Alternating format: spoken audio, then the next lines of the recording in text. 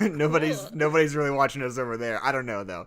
Everybody keeps saying they'd rather we go to Twitch, so we're doing it. And if nobody wants to do it, that's fine. That's their problem.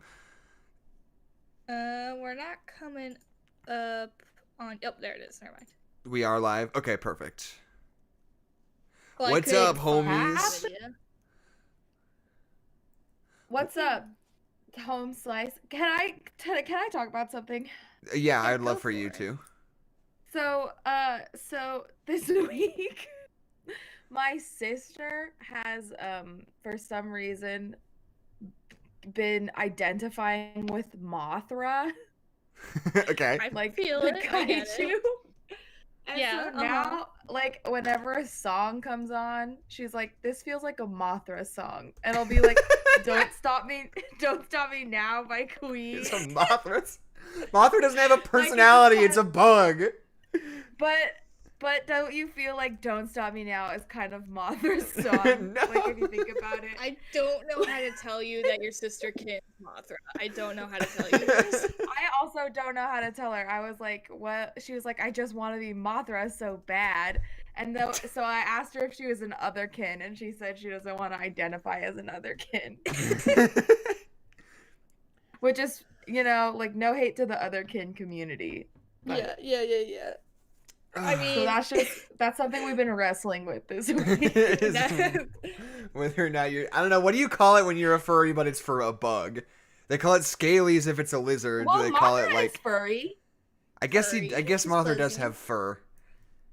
But just in But not, general, like- what would you call it? If you're like, I identify as a grasshopper, like what would you say? Buggy? Insector. A skinny? I guess bugs just have skin. no, they do not have skin. They also kind of have Exoskeleton. scales. Exoscaly. An exoskelly. I like exoskelly. Yeah, that's pretty actually. good. I'm a fan of Exoskelly. that. Wonderful. So Jackson, we've had this conversation before, and your funny joke persona is an oyster, correct? Yes. Uh-huh. What would you say if you had to pick, gun to your head, someone's like, you have to be a furry? I'm pretty sure we've had this conversation before. Yeah. But like, if you had to pick it, like, what would be your furry I animal? thought about this the other day. It was just a conversation that I was having with somebody. Mhm. And I think the decision I've come to is a pangolin. Pangolin? Yeah. Yeah. Because it's like, it feels like a little bit of everything, right? It's like, oh, it's kind of like small and fast, but it is also kind of bulky and like has a... If it were a Pokemon, it would have good speed and defense, you know? Well, it is a Pokemon. True. Yeah. Sandshrew. It is Sandshrew. But it doesn't feel like it's got a lot of different stuff going on, It doesn't feel like it's tied down to just one thing, and I feel like I relate to that. See, my That's thought, fair. those like little foxes that have the giant ears? Yeah. Fennec fox? Yeah, like a fennec fox. That was my thought. That's your government assigned skin right there. Wait, for me? Yeah. Oh, okay, sure. But you have to consider thought that for you. I have to consider that every day I'm pangolin. Oh. Because, okay, so this do is your have to consider 2013 that. persona. Yes. But also, what does the fox say, Oh. True. I That's did like not consider. 2014. I was Which playing is a big difference. I was playing Magic the Gathering with my roommate Vi a little while ago when the power was out. This was weeks ago. But one of the cards in the deck that they gave me, there was like a bunch of, it was called like Powerful Pangolin or something. Like And every time I would play it, I would be like, and every day I'm pangolin. And it's just a fond memory I have of that really funny and joke they I strangled made. you, correct? Yeah. Yeah, eventually. Yeah. You've been dead for 2 weeks, actually. No, that's something that doesn't stop being funny. In fact, it gets No, funnier every time. Yeah, every single time I was like, every day I'm pangolin. And they're like, that's so funny, Jackson. Jackson, if That's I the had sound an of- award, I would give it to you. That's the sound a pangolin makes. Boop, boop, boop, boop, boop, boop, boop, boop, boop, boop, boop. Why does... Adeline, can you David see the Attenborough taught me YouTube? that. Can you see the YouTube stream right now? Yeah, we got 3 people. Okay. It's just Dylan, giving me in a the chat. weird error message on my end, but it seems like it's still going smooth. Yeah, you're still going. We got Okay, 4 okay. likes. Smooth It's talking sailing. for 4 minutes. Smooth Why sailing. does 2015 feel so much more like 2013 than 2014 does, you know? What the fuck are you talking about? No, I like need doesn't like explanation. I guess like with like the cringe o meter. Like 2014 seems like modern times and 2015 feels old like 2013 does, if that makes any sense. Can I have some examples, please, of what I makes don't have 2015? any. It's just a vibe. I can tell you some movies that came out those years. You can tell me what vibes they have. All right. It's like 2014, world had Dawn of the Planet of the Apes fever. The world had Amazing Spider-Man 2 fever and Captain America the Winter Soldier fever.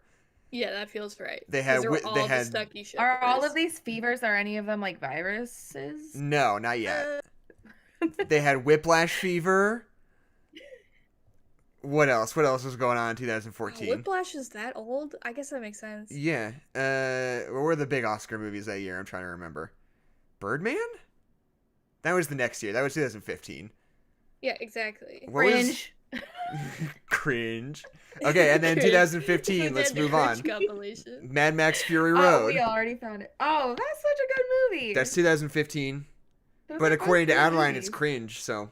Cringe. I never Oh said my- that it was cringe. I said they You have the just same said vibe. 2015 felt cringe. Yeah, Mad The Max same Fury way that Road year 2013 feels yes, cringe, everything Adeline? The entire year. Yep, What was on TV around that time? Parks and Rec, I talking think, about, had like, gotten internet bad at that culture. point. Ended in Culture-wise. 2015. Like, when you think of, like, internet trends, like, 2013 and 2015 have the same vibes. Like, when was the mannequin challenge? Because that was fun. That was I exciting. don't fucking remember that. Like, I remember it, but I don't fucking remember it. That was, like, a hot second. It was cool. It wasn't something that you could do all the time, but it was like, oh, that's pretty impressive that you had your whole auditorium Yeah. Sit freeze. still. Okay. That's fun. You know what? I'm glad I've got a platform here now because I want to speak out against the Harlem Shake as the stupidest Oh, fucking gosh. thing that's ever happened. Where the trend was just like, what if there was a song and you could film yourself doing just anything? Like, literally just do anything. And, like, that's the trend. Right? Like, is there any better way to describe whatever the Harlem Shake was? Like, what were the I rules? have some bad news for you, Jackson, about what all of TikTok is. But I mean, the I don't know. Harlem Shake was you have one person doing something silly. He's doing a little dance, and everyone else is normal. And then the beat drops, and everybody's dancing. And Dave has a toilet on his head. Yeah. Look at him go. And I mean, Homer yeah. Simpson is here. I suppose I'm Like, being it- too harsh. Yeah, like there was a trend. It was like I feel like group trends are always very lazy because like you can't really coordinate a big group. So it's like the mannequin challenge where it's literally just like everybody stay still or like you got it, or the Harlem Shake where it's like everybody don't do anything and then be silly. And It's like, okay, yeah, we it's got like telling you and all your friends, like, okay, now we're gonna do a silly one, and then that was the it. trend. Yeah, exactly. That's what the Harlem Shaker was.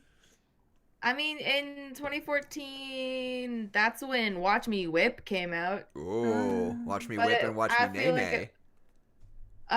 But it wasn't like popular until 2015, I feel like. That's You Or, want like, to it know a wasn't, good like- memory I have about the Harlem Shake was that at the time that was popular, I think we were still living in Vancouver, and one of our neighbors that I was kind of friends with, whose name was Jake, who was sort of a socially odd person, did try to tell me that song was by Mumford & Sons one time. And he was right, actually. Yeah, so, and he was correct. It was just, I was Okay. impressed by his knowledge. Yeah, his knowledge that he knew that I because you was- thought only yeah. you knew that. He just It's knew an that off the top insider of his secret. head. Yeah, Also told me that the Beatles never did drugs one time. that's Yeah. also true. And then I It's went all to lies. John Lennon was fabrications. just like that. and then I think went to we've college and like literally one of my first classes I took the first semester was history of pop music, and I opened up the textbook and it was like, here's like a timeline of like when the Beatles started doing what drugs. I was like, oh. Yeah. Well, where do you think sex, drugs, and rock and roll came from? Just like they were making that up? Yeah. But they didn't do any of this? It was a smear campaign, Keisha. No rock and roll artist has ever done drugs. Yeah, they're all celibate. Yeah. As soon as you I pick should've up a guitar, you're actually castrated, just like legally.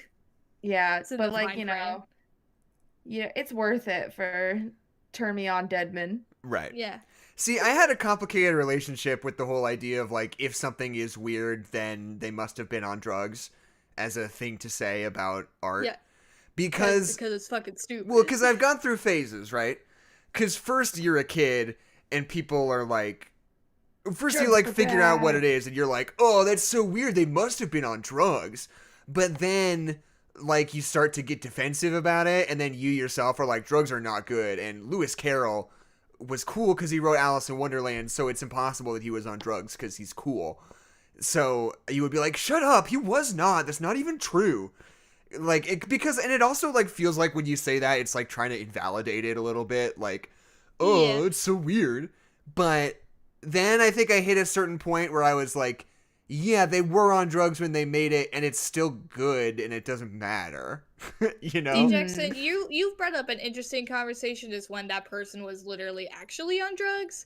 Because, like, I mean, with, like, Alice in Wonderland, like, yeah, he was on drugs. He was on like, drugs. The Beatles, yeah, they were on drugs. But it's that thing that we've had conversations about what people who aren't into movies say about movies, and I feel like that's just a thing that uncreative people say about creative things. It's like, what, were they high or something? Yeah. And it's like, no, That is something they just had a creative idea. That is something our dad says a lot. Yeah. He says movies are like an acid trip. That's like one of his go-to things to say about movies. I heard him say that. I've heard him say that about the Beatles movie, but that's like actually yes, correct. Like Yellow Submarine? Yeah. Have you heard about I love that movie. The Robert Zemeckis Yellow Submarine they were trying to make for a hot second? I believe I have that? heard that. He was My gonna dad. That's literally the intersection of the things that my dad loves. Because after A Christmas Carol, when he thought he was gonna do mocap movies forever, his next project was gonna be a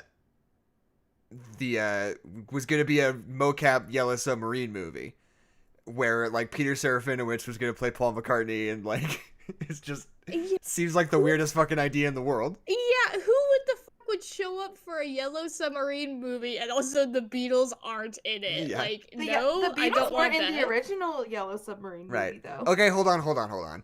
Anna is in the Twitch chat. By the way, if you're on YouTube and you don't like YouTube, you could always watch us on Twitch because we're doing Twitch simultaneously now. Anna It makes me sad when the chat's low, but Anna's in the Twitch chat saying that Lewis Carroll didn't do drugs, to which I would say it was 18 whatever and he was on fucking opiates. every fucking person was on opium in the year 1800. No, and like it's a whole thing. Like the whole like, oh, and then you grow smaller, but like your neck is big and it feels like your body is small. It's like textbook like painkiller drug high experiences. It's like pretty well documented that Lewis Carroll did some drugs while he was writing Alice in Wonderland. I know they were a story that he told to a little girl, and that's like the story behind him. But that doesn't change the fact that while he was coming up with them at his house, he was on opiates all the time. Hundreds, and who cares? Yeah, I'm correct. Well, and it's like, Anna? what was I gonna say? And we're broken up also about this. Yeah, also. But the thing with Alice in Wonderland is that it's a weird, especially because of the Disney version of Alice in Wonderland, there's this weird connection of, like, drugs and the, like, because the Disney one is very, very much, like, not about the drug trip, because it's from that weird timeline in Disney movies where every movie had one weird scene where everybody gets drunk and we have to stop having fun and everything has to be terrifying for a second. Right. But, like, 'cause Disney, the one thing that they did was that they were very anti-drugs at the time. So it's like that whole movie is very like fantastical in a drug-free kind of way. But that doesn't stop every 13-year-old on Pinterest from dyeing Alice's hair pink and then putting Coke on her nose and being like, oh, drugs, I'm cool, you know? You know that genre of edits on piercings Pinterest? mean you do drugs. What if Rapunzel had blue hair and had a tattoo of the Supernatural logo? Anna, look, yeah, true.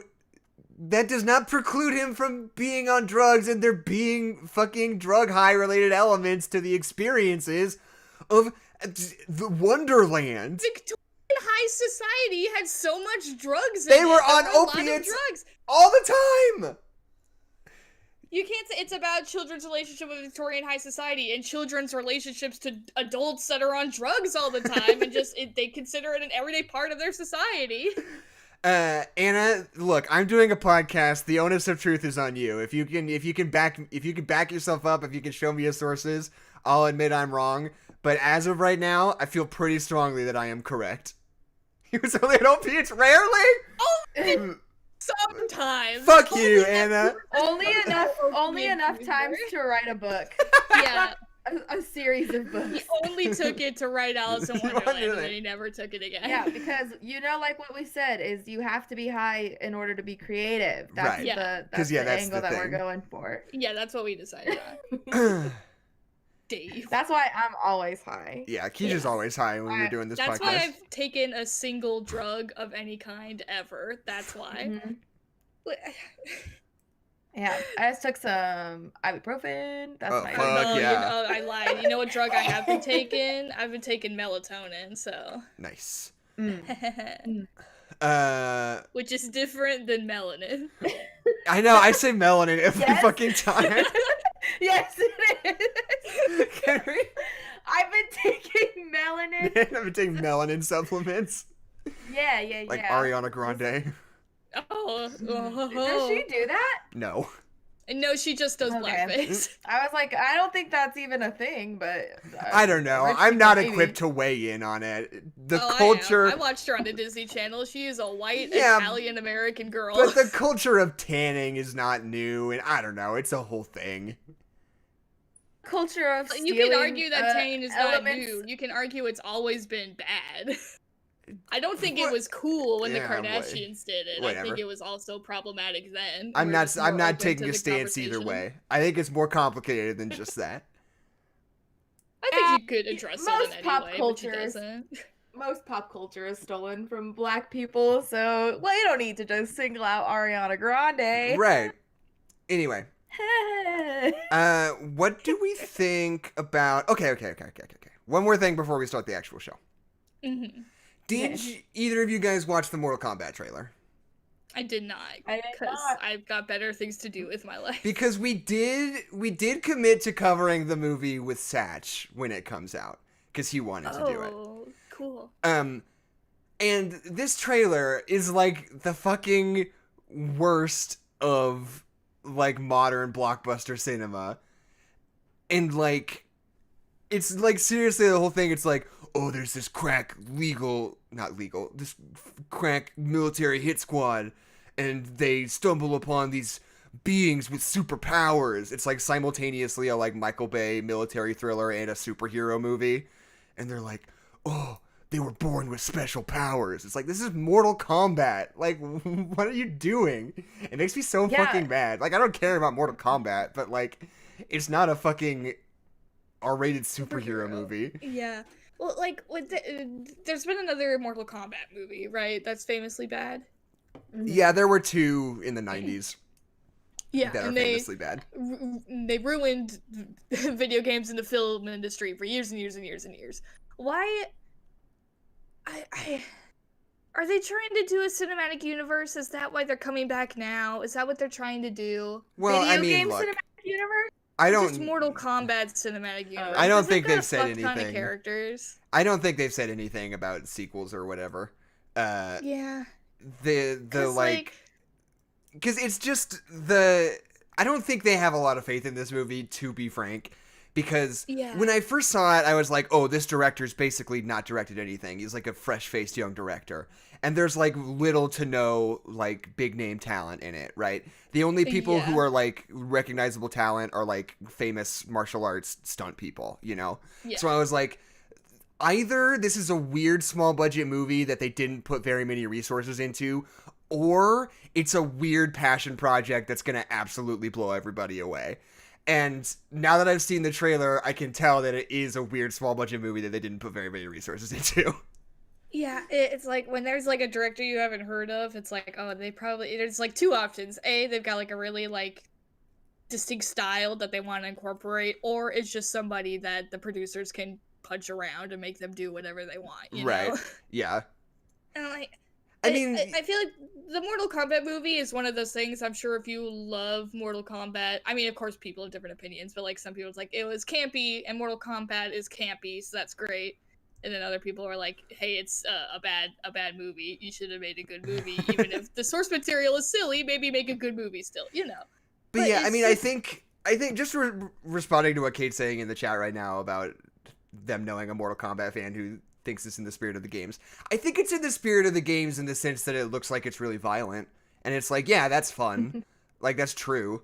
But I think it is also, I think it's like the Sonic the Hedgehog thing, where it's like they just pick out a really particular thing that like is kind of true while putting it in the most generic possible formula, and people are just like, it's just like the games. And you're like, in what way is it just like the games? Yeah, that's like if they made a Bioshock movie and just like put people underwater, and they were like, "Oh, it's just like Bioshock," and it's like, no, there's more stuff in there. Yeah, you can't just put gold rings in a movie and say it's just like Sonic. Yeah, it's just like Sonic. There he is. This one's for the fans.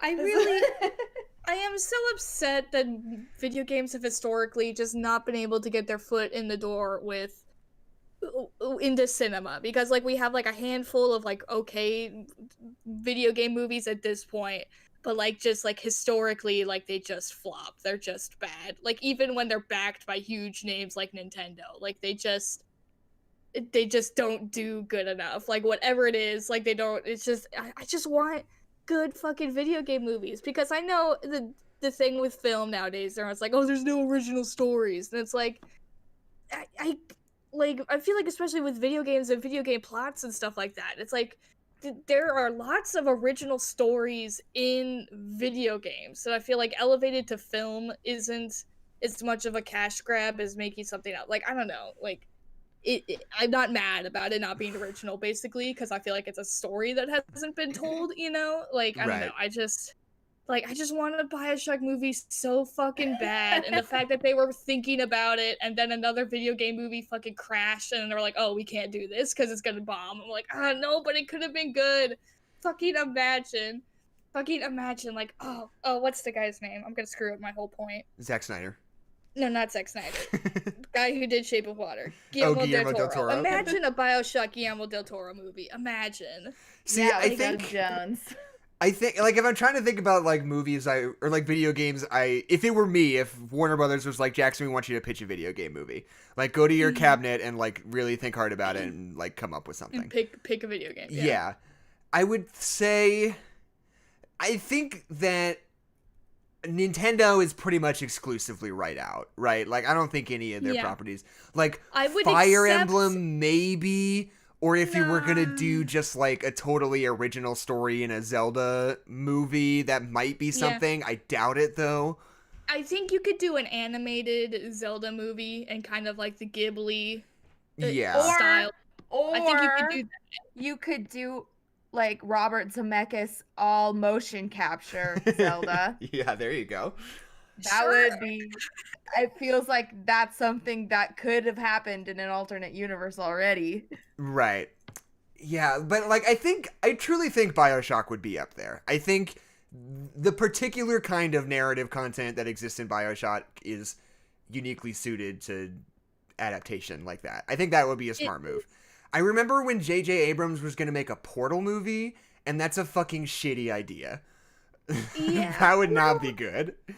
It's because Portal is so much about environmental storytelling and kind of like figuring out what's going on for yourself that like it doesn't lend very well to movies. Like, because especially with the whole thing with like Portal 2 and like in Portal, where it's like you find these secret areas that have like that Ratman's like scrawlings on the wall, and then you like kind of figure out that like, oh, this whole thing isn't what I thought it was. It's like so interesting, and you're doing these puzzles, you kind of get sidetracked and forget, and then get reminded in like these kind of like jarring ways. Like it's just perfect, and you can't capture that in the film the same way. You just can't. I think part of the reason why we can't get a handle on video game movies is because most of the time what we pick are like action or horror games. And you look at that game and you're like, what do people like about this? What's important that we capture about it? And they're like, well, the energy, the excitement, the action, the scares, like all this kind of stuff. And you're like, great. Like, that's top of our minds while we're making this thing. And then they're just like, yeah, so anyway, Resident Evil, they're zombies and they're like a chemical corporation or something. And she blows them up and like, that's that. And it's cool and it's stylish and it's violent and it's Resident Evil, but it's not like very thoughtfully produced, you know? And like I feel like because I've always said that like books or comic books get when they're put on screen, you know? And I think that part of the problem is that we don't tend to look at video games in the same way as we look at other art yet. Absolutely. I've said this before in the sense that like we look at video games in a very utilitarian way, you know? Oh, absolutely. Especially when it comes to like video game criticism, so much of it is like, oh, you're going to spend $60 and 60 hours of your life on this thing. Is it worth it? Will you have fun? YN. Like, that's what video game reviews are. Like, is it good? You know, it's not like real criticism. It's like a buyer's guide, you know? Yeah, exactly. And I think that that is part of it. I think that people don't look at video, like, especially if you're like going to make a movie and you look at Resident Evil, you don't think like, what are the themes of this? You don't think like, what is this saying? You don't think like, why... Like, what is the narrative spine of this thing? You think, what is exciting about it? Like, what are the aesthetics of it more than anything else, you know? And also, like, just picking popular narratives or, like, games that people, like, the mass majority of people know and would go see don't translate very well to movies. Like, because Mario is never going to be a good movie. Like, it's because it's just... not like a plumber who's in love with a princess. Like, what kind of movie are you gonna make? Yeah, it's just not narratively based. And that's okay. Cade, I would see the hell out of a Professor Layton movie. That would rule. That would be great. I thought you were gonna say a Kirby movie. I would see the hell out of a Kirby movie. I know. I love Kirby so much, but like Detective Pikachu, I remember when they were announcing it, they were like, what's up, we're making a Detective Pikachu movie. Because Detective Pikachu was a game that hadn't come to the United States, so like everyone had like heard about it but never really played it. It was kind of just this ridiculous idea of like, oh, it's Professor Layton, but it's a talking Pikachu and he wears a funny little hat. And everyone was like, what the fuck?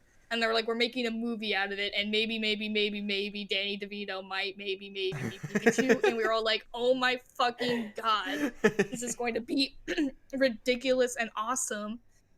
And then the movie that we got was just okay. Like, I enjoy Detective Pikachu. I think it's a fine movie, but like, it's just okay. And like, sometimes I'm just upset about what could have been. Like, how bonkers the Pikachu detective movie could have been, and it just wasn't. Why wasn't it just a murder mystery? That would have been so fucking good. I just want Knives Out, but there's a little Pikachu that speaks English and wears a hat. What are the odds? What are the odds that Detective Pikachu shows up in Knives Out too? God, I would pay so much money. Don't put that in my brain and make me disappointed when it doesn't happen. I know, God. Like, just, what if it was just, like, a straight-up, just brilliant, really good murder mystery? Yeah. Like, that would have been so good. Like, Daniel Craig is like, this Pikachu or just Daniel Craig to be a detective. Pikachu. Yeah. Fucking good. And I'm just, every day I'm upset.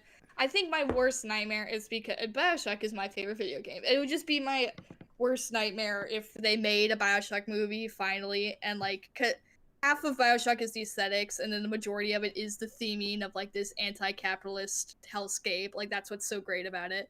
And if they just did it and did a fucking superhero movie out of it, I would be so upset if they just, like, did exactly what you're talking about. Like, just took, like, the things that they thought were important and just, like, made a movie on it out of it. I would be so crushed. I do think that BioShock is kind of the exception to the rule, in terms of, like, people not looking at video games in the same way as they look at other forms of art. I think BioShock is, like, kind of the one game that, like, has really broken out that people sort of look at on its own terms and think about the narrative and the theming and the like, sort of narrative spine of it more than they just think about, is it fun to play? You know? BioShock especially, because it was at a time where it's like, it was 2008, it's still pretty. The video games industry, especially like the modern video games industry, is still pretty new, kind of figuring out themselves. There's a lot of first-person shooters, and BioShock was really kind of the first people to like really try to tell a narrative-driven story through the first-person like shooter lens, especially first-person horror shooter lens, basically. Right. And then the way that they do it, and it's a meta commentary on the gaming industry and the way that we play video games in itself. Like it really kind of it really forced you to take it seriously, because like the selling point wasn't you have a gun and you get to shoot things. The selling point was the theming and the aesthetics and the commentary that they were making. Like it was just in your face. You couldn't be like, oh, this is just another Call of Duty, because it wasn't. There was nothing else like it, basically. Right. You know what? I really like BioShock. There's hope for sure, though. Like that, as we age and people who grew up like loving and respecting video games age, that it is more likely that they will be successfully translated into movies or whatever other like visual medium. Just because like 30 years ago, people weren't like, oh yeah, a superhero movie, sure, that's a respectable Oscar nominee worthy. Like no way. And as like people aged and like loved and respected comic books, then that turned into like this huge gigantic franchise that's making like streamable TV shows now. Yeah, so. exactly. You ever like catch a whiff of yourself halfway through a podcast and be like, oh boy, I smell very bad? Is that just me? I think that's just you, Jackson. No, you don't get sweaty. You don't get sweaty mid-podcast and catch a whiff? No. Catch a pit whiff? It happens sometimes. Yeah. I was going to say, before we actually start the podcast and stop talking about video game movies, I know that Nicolas Cage is essentially, I don't know why I just called him Nicolas Cage. I know that he essentially made the Five Nights at Freddy's movie before the actual Five Nights at Freddy's movie could come out. Right. But God, I just want the fucking Five Nights at Freddy's movie to come out. I don't care what it is anymore. I don't care what it looks like. I just want it to come out, because I just want to know. I want to know what they did. Like, I have to know what they're doing and what they did, you know? Oh, one other thing. I have a hot take about the Uncharted movie. Because, you know what, maybe I'll just put all this stuff in the podcast. I know we're not recording with Audacity yet, but maybe I'll just grab that stream audio and plug that on in there. The thing about not Last of Us, Ian just said something about Last of Us in the chat and I got distracted. The thing about the Uncharted movie, besides the fact that it's cursed, is that it's never gonna happen. Yeah. is that people, if it comes out and it's good, which I think has a decent chance of happening, it might turn out. If it comes out and it's good, people will be like, they finally did it. They finally made a good video game movie. But the thing about Uncharted is that the video game part of it is not the interesting part. The interesting part of it is when they're just doing this like very cinematic thing where they're just riffing on Indiana Jones. Making an Uncharted movie is just basically making a movie, like there's nothing inherently Uncharted. I mean, I don't know, maybe I'll be proven wrong when it comes out, but at least the kind of thing I assume they're doing, there's nothing like inherently Uncharted about it. You're just playing on genre tropes of movies, because that's what the video game is doing. Yeah, you that's know? only interesting because it's in a video game. Yeah, exactly. You'd be like, oh, this is like Indiana Jones. That's pretty good. It's like, but it's not it's not like they adapted a video game successfully. They like adapted a video game that was adapted from a movie. It like doesn't really count. Yeah. And it's like, there's two camps of like thoughts about it as a video game. Our mom, that's like her favorite video game in the world. Yeah. She loves the Uncharted games. But I know a lot of people that don't like it because there's so many cutscenes that are so long and beautiful and interesting. And then they're like weirdly interrupted by gameplay. And it's like, this should have just been a movie, and it's weird that I now have to climb around on a building before I can get to the next cutscene. Like it's weirdly like cuts itself up kind of in order to be a video game. Right. And like I think if we really had a contender for like the newest like mocap movie, it would be Uncharted, because that's what the video game is. Those cutscenes are all this mocap animation that's fucking gorgeous and so well acted, and like the lighting is incredible, and they look like real people having a real conversation, and it's all done through mocap. And it's like it's you already have the Uncharted movie basically. Like I kind of feel like we don't need an Uncharted movie, right? That's just what the video games are. Like Yeah. they're so cinematic in themselves and tell a cohesive story all by themselves. Like what would the movie even be about if it's just the games? Like if it's just the plot of the games, then that's gonna be boring because I already know this story and I already watched this movie because I played the video games. Right. And like if they do a weird story outside of the Uncharted games, I feel like that's just a weird decision. Especially when the game series is still going on and trying to kind of get away from the characters that they kind of concluded the story with. I don't know. It's just I don't know. I don't know about the Uncharted movie. Let's take a second and start our audio recordings and then we can jump back into where we were. Okay. Are you guys ready? So ready. I'm opening that. I will stop recording and I'll start over. Yeah. Because Adeline never I thought gets her ready stuff meant ready we were doing beforehand. it. What? Said Adeline never gets her stuff ready beforehand. What are you fucking talking about? All I have to do is open audition and that's Well, it. we're waiting. Great. Could Fuck open you. audition half an hour ago. Brian Yeah. is- Okay, I'm recording. Okay, I am too then. I'm recording. Eden, I don't know why you're telling me that the Uncharted movie is a prequel like it's a gotcha. It's still, I don't know, still the same thing. I mean, I don't know, it's a different story than the game itself, but it's, I don't know, everything I said still stands, I think. Okay. Oh, fucking goddamn it, Adobe. Why are you doing this to me now? Oh, wow. All you gotta do is open it. You want I'm me to gonna start tell over? you. Should I stop recording? Yeah, and we should start. There we go. Okay. Sorry, no, it was just telling me that my microphone wasn't working, and then I clicked on it again. It was like, oh, wait, it is working. Like, fuck you, Oh, Adobe. Why would I you tell me stopped my it. microphone isn't Okay, working? okay. Everybody stop and start over. Okay. 3, Ah! 2, 1, record. Okay. If Donkey Kong. Is big And intelligent. then Caesar Is Lil and not intelligent.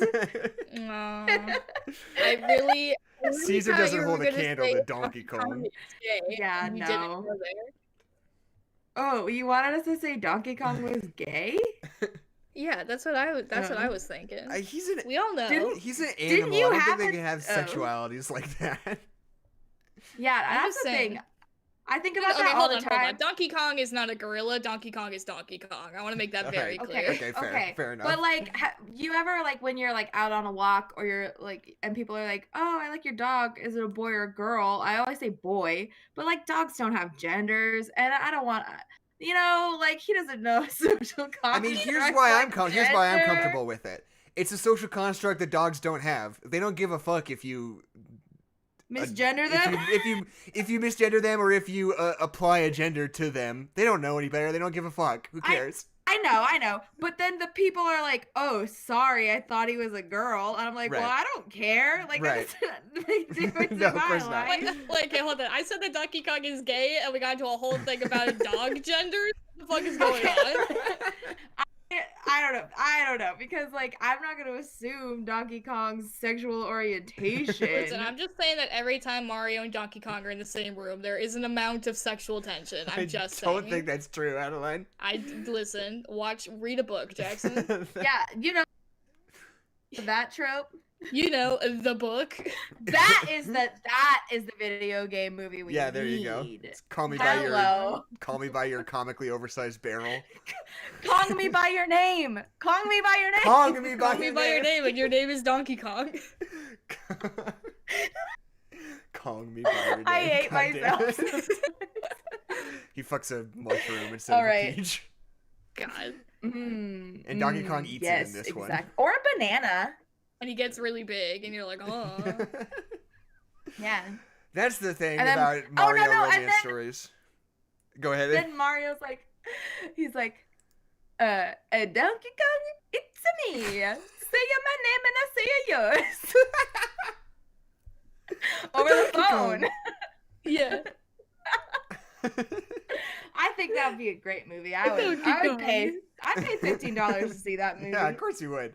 And instead of there being a weird age difference, it's just weird that one of them is a gorilla and one of them is an Italian man. Yeah, it's bad because it's bestiality. Yeah, it's a different problem. But also, if they have no, I'm not gonna try it. Yeah, no, we don't have to. So, what are we at? Okay, are we ready to move into Ape Talk? I feel like this is the perfect segue into Ape Talk. Oh, okay, Yeah, so here we go. Here's where we did should start. purpose. This is our 100th episode of No Nerds Allowed. Unless we missed something somewhere. I think we called the 2 Muppets episodes we did 2 different episodes. So I think that makes this 100. Yeah. And the reason we're doing Rise of the Planet of the Apes for our 100th episode is because way back in 2018, I guess, when Adeline and I were first like, oh, I don't know, I'm Jackson, I'm moving to college, maybe we should do a podcast. That's a good way to like keep in touch and hang out. We did that. We recorded our very first podcast, both just sitting in our basement with the laptop microphone on Audacity. And we recorded, what we were going to do was we were going to do a podcast about all 3 Planet of the Apes movies at the same time. But then Adeline only watched one of them, and I only watched the first 2. And then we like got halfway through Dawn of the Planet of the Apes talk, and we were like, this isn't fresh enough in our minds. I don't think we could really talk about this anymore. just to show that we used to be bad at this, that we were not always good at podcasting. I'm sure that first episode we recorded, I would not venture to say that we're good at it now. We are certainly better at it than we were. Certainly better. Leaps and bounds. There's always room for improvement. But it's so funny because we didn't end up putting out that episode because just some computer stuff happened and we totally lost it. But so that's why we wanted to revisit it, because it was the first thing we ever recorded and we lost it, never saw the light of day. So we figured what better time than now than the 100th anniversary, 100 years of No Nerds Allowed. Yeah. To 100 years to revisit Rise of the Planet of the Apes and the other ones later. Do you think if you did one podcast a year for 100 years, do you think you could build an audience doing that? I mean, that's what Till Death Do Us Part is, right? But that is established people doing that, you know? Like, they have an audience and they can get an audience to come to that. I'm saying, like, your first podcast ever, you just do one a year. How long until you build an audience? Well, we've been doing one a week, and it's taken us a real hot second, so... That's what I'm saying, so maybe not at all. No, I think basically it's almost impossible to market a podcast unless you're known somewhere else first. That's what I've learned from this. Yeah, that's really fair, yep. Either that or, like, it's some lost hidden gem, and then, like, years down in the future, people are like, oh, this is a genius work of art. Why didn't you pay attention to this? They're all dead now. Yeah, I didn't consider that. See, for the longest time, I've been thinking like, oh, we're a pretty small podcast. Not that I'm dunking on our fans, because we love our fans. We've been growing every day. But, you know, we've got like at most like 100 people who are like really involved in this podcast. But maybe that's not how I've been thinking about it. Maybe how I should be thinking about it is that we are the Vincent Van Gogh of podcasts. That someday, as soon as you die mysteriously, Jackson, our numbers are gonna skyrocket. Just skyrocket. They'll be like, this tragic podcaster's death. Yeah. Really, really influences the way we listen to all of these episodes. Yeah. Yeah. He died. Later. It's like behind the music. Yeah, exactly. I didn't care for Tenet, but now I'm like, yeah, it's fine. Yeah. Yeah. Jackson died horrifically in space, and that bit he did for a long time about him thinking it would be funny if Tom Cruise died in space reads a lot differently now. It's really different. Yeah, listening back, it's really weird to think and just listen to them talk, knowing that Adeline kills Jackson in space. Space is, I don't know why anyone would want to go to space. I'm just saying. I'm never going, even if I have the option. Kezia, I cannot handle space movies. I don't like it. Okay, you know what? Okay, truly. If one of us faked murdering another of us, that would be... Can you imagine seeing a headline on Vox or whatever that's like, small independent podcaster murders co-host. Do you not think people would fucking eat up those previous episodes just to be like, They I gotta really see what would. happened? Looking for well, clues. First of Yeah. all, we would get a ton of clout from all of the 10 billion true crime podcasts. We would just get so much. And then, yeah, those old episodes would skyrocket because it's like looking at like Hitler's art before he was Hitler. It's Right, like, oh, exactly. the beauty before the tragedy. But then, what about all of the episodes after? What do you think that would be like? Well, here's what I would think. I would think that we would fake it, and whoever is left over can still... Well, no, because... Let's see. I'm trying to think, because There's 3 of us. Right. Would the murderer go to jail? Left over. Is that a part of the grift that I don't know. they go to jail? Because here's the thing. If for this grift to work, you can't... I don't think you can keep doing the podcast afterwards. Yeah, is this like an O.J. Simpson thing where it's like we're not super sure that they killed them, but like we're pretty sure, and, Right. like they don't get arrested Well, for it? what if That's what I at would first it's like turns up dead. We have no idea how they were murdered. We don't know what happened, but we're gonna keep chugging along without them just out And of our respect. confession is then hidden people are like, in the podcast. Yes. Yes. Clues. And then people are like, "Oh my god, I feel so bad for them. Their friend and/or sibling died. I'm gonna listen to their podcast and listen to them like randomly talk about different movies." And Wait, then like why years was that years one down the road, sentence backwards? yes, years down the road, you find out it was one or both of us. And then 20 years after that, you find out that the death was faked all along. And you've been alive the whole time. Right. Because I was going to say, the instant the numbers start to trend downward after that, that's when we come back and start doing the podcast again. All 3 of us. It'd be like, surprise, do you motherfuckers. address it, or do we just go back business as usual? I think we make a documentary out of all of it. Yeah. I mean, Yeah, true. first. If you did that and you made that documentary, it'd be like, here's how we did it. Like, that would fucking, that would put butts in That's like seats, a my man. That's like a TikTok thing right now. So might Is as well this make like a really documentary out fucking of good it. idea? Like, actually? It would have been a really good idea, except for we just said exactly it's what we were true. gonna do. I'll cut this out of the live. podcast. I'll private the video. Everybody in the chat can just not snitch on us. Yeah. Everyone in the chat, we'll give you $50. This is your NDA right now. And so everybody in the stream, in the chat right now, just has to start their own Reddit page of like lacing in like misdirections. Like Right. they all like post like fake theories and real theories. Oh yeah. So like we'll assign each person like you get to say things that are truthful, you say things that aren't truthful, and then Right. Yeah. that's And then you that's put what a I do little with my gift nephew. And then whatever Daniel happens Craig on comes and Reddit. solves my murder. Yeah. Yeah. And then Yes, we make an or SCP out Pikachu. of it, and then Or- we make a right. creepypasta out of it. Would it be... Yeah. Okay, here's the question. Unrelated, but also slightly related because they would be solving my murder. Yes. If you were to have more Detective Pikachu content, would you want it to be Pikachu still, or would you want it to be Hot Dad Ryan Reynolds? Well, I don't know. Like Ryan Reynolds as Detective Pikachu. Yeah. Why can't it be both of them? Well, because the whole thing with in the Detective Pikachu movie, it wasn't Detective Pikachu wasn't actually Detective Pikachu. He was like a regular Yeah. Pikachu who's got his dad's brain mixed into him or something. I don't yes. remember what It's happens. regular Pikachu who wears a detective hat, so I don't know what makes you a detective other than that. He wasn't a Pikachu who has always been able to talk and has always been a detective. It's a specific because remember something happens and like his Yeah. brain the Pikachu or something.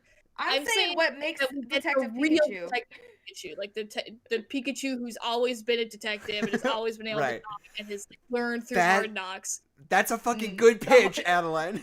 Yeah, I know. I Hot fucking Dad know. Ryan Reynolds meets the real Detective Pikachu, and he's like, I thought I was Detective Pikachu. And it's like, well, yeah, you were a Detective Pikachu. Yeah, but you I'm were like a Pikachu, that's a detective. the real, like, legit Detective Pikachu. Maybe that's what'll happen on WandaVision. And then it's like a buddy cop, and you've got like the young one and the old one, and they're solving an actual murder together. Fuck yeah! And it could one be of the them Danny is DeVito Danny Detective DeVito. Pikachu. Yeah. Yeah. God, I was fucking. to ask, are they both Ryan Probably. Reynolds? We even got somebody new in the chat. Look at that. Kai Bailey Smith. Hi, Kai.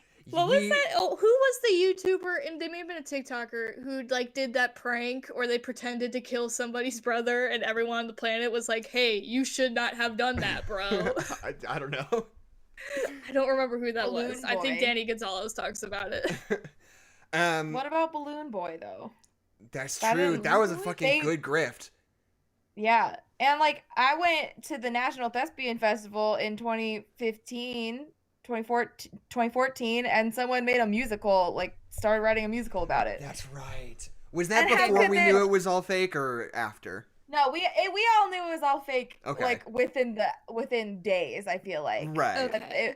But then years later, someone was like, "I'm gonna make a musical out of that little So- 15-minute story." Yeah. So remind me, because Balloon Boy is a thing that I hear all the time, but I don't quite remember what it actually is. Can you remind me what this story So- is? There was this family, and they set up a bunch of weather balloons, and they were like, "Oh my god, our son is up there!" And everyone was like, "What?" And they were like, "Yeah, our son's up in the sky on the balloon, and we can't get him down. He's untethered. He's flying into the space." And everyone was like, Done. And we know how "Okay, dangerous well, space shit, is. this is a big deal. We need to get him the fuck down from there." And everybody on planet Earth was like, "Holy shit, there's a little boy in space right now that we Yeah, what gotta are they get out gonna of do? there." And then eventually it turned out that it was all fake. They just sent up some weather balloons and said that their son was up there. And But then, like, yeah, after like a couple hours, they're like, "Oh, we actually found him. He was asleep in our house." He was in And his then- room. did we ever figure out like what their motivations were? Like, did they just want attention, or were they like Clout, baby. they just wanted They clout? just They're want Yeah. clout, baby. And cloud chasing. It's the Was it same reason something I'm more gonna murder specific? you, clout, baby. Yeah. No, I think they're just like, I really don't know. I don't. Maybe that's in the musical. We should maybe listen. Yeah, to we the should watch the and find musical. out. We're Just getting like way Hamilton. off topic, but we all knew this was gonna happen. I do listen to a lot of true crime, mainly BuzzFeed Unsolved, but like I enjoy true crime. I am a big wuss baby, so I only watch it during the day because I'm a big baby and I will scare myself so bad that I can't sleep. But like I can handle a lot of them, honestly. When it comes to true crime, I can handle like I'm very afraid of ghosts, but like when it comes to like true crime where it's like a murder happened and we can't figure it out, I'm like, interesting. But the one that like genuinely scares the crap out of me and like I can't watch anything about it is the JonBenet Ramsey case. That one freaks me the fuck out. Like no joke, is very, very scary. Right. Yeah. Yeah. Like yeah. I struggle with true Well, 'cause crime that- because I'm like, oh, this is a real human being that is struggling and is dead now, Yeah. and their family suffered, and it's bad. And we're just watching for entertainment, yeah. Well, because the JonBenet Ramsey, I'm gonna say her name wrong 12 times, but with the case with that one is that they keep, some people think that the family did it for clout because she was like relatively famous, and then she disappeared. So like, oh, maybe the family did it to like get attention, blah blah blah. But yeah, that's why I was thinking out of it. I'm not just crazy. Are we going to talk about that ape planet? I love that ape planet, Jackson. We're living on the ape planet. That's true. we Hey, don't even you know, know it yet. how, like, it's almost the end of Aquarius season, right? Which Sure. means, I'll take your which word for means it. it's the ape planet rising. Whoa! Oh, got That's really- it. Do you ever watch? Guys, I don't know. You ever watch Planet of the Apes and think, how'd those apes get on that planet? And this movie provides the answers we've all been clamoring for. Yeah. Oh, The answer yeah. is James Evolved Franco from did monkeys. Why are monkeys still here? it. Right. We're gonna tell you. If your question is, how are gorillas qualified to ride horses? We will tell We don't you. have answers for you actually on that one. we did, after we saw War for the Planet of the Apes, we did like do some Google searching and crunching some numbers. We were like, no, it couldn't happen. Gorilla couldn't get on a Yeah, horse like they that. super can't. Doesn't Yeah, work. no, that It horse would could break- not handle the weight of a Break gorilla. that horse's back. Destroyed, obliterated. Oh. But that's okay. Elsie just said something in the chat about our Bugs Life episode, and I didn't realize that people actually go back and listen to our back catalog. I know. It's like the Bugs Life episode. We did not say a single We thing about mostly the Bugs Life Just movie. talked about Michael Fassbender kissing himself in Alien Covenant. That's right. Yeah, it was a good episode.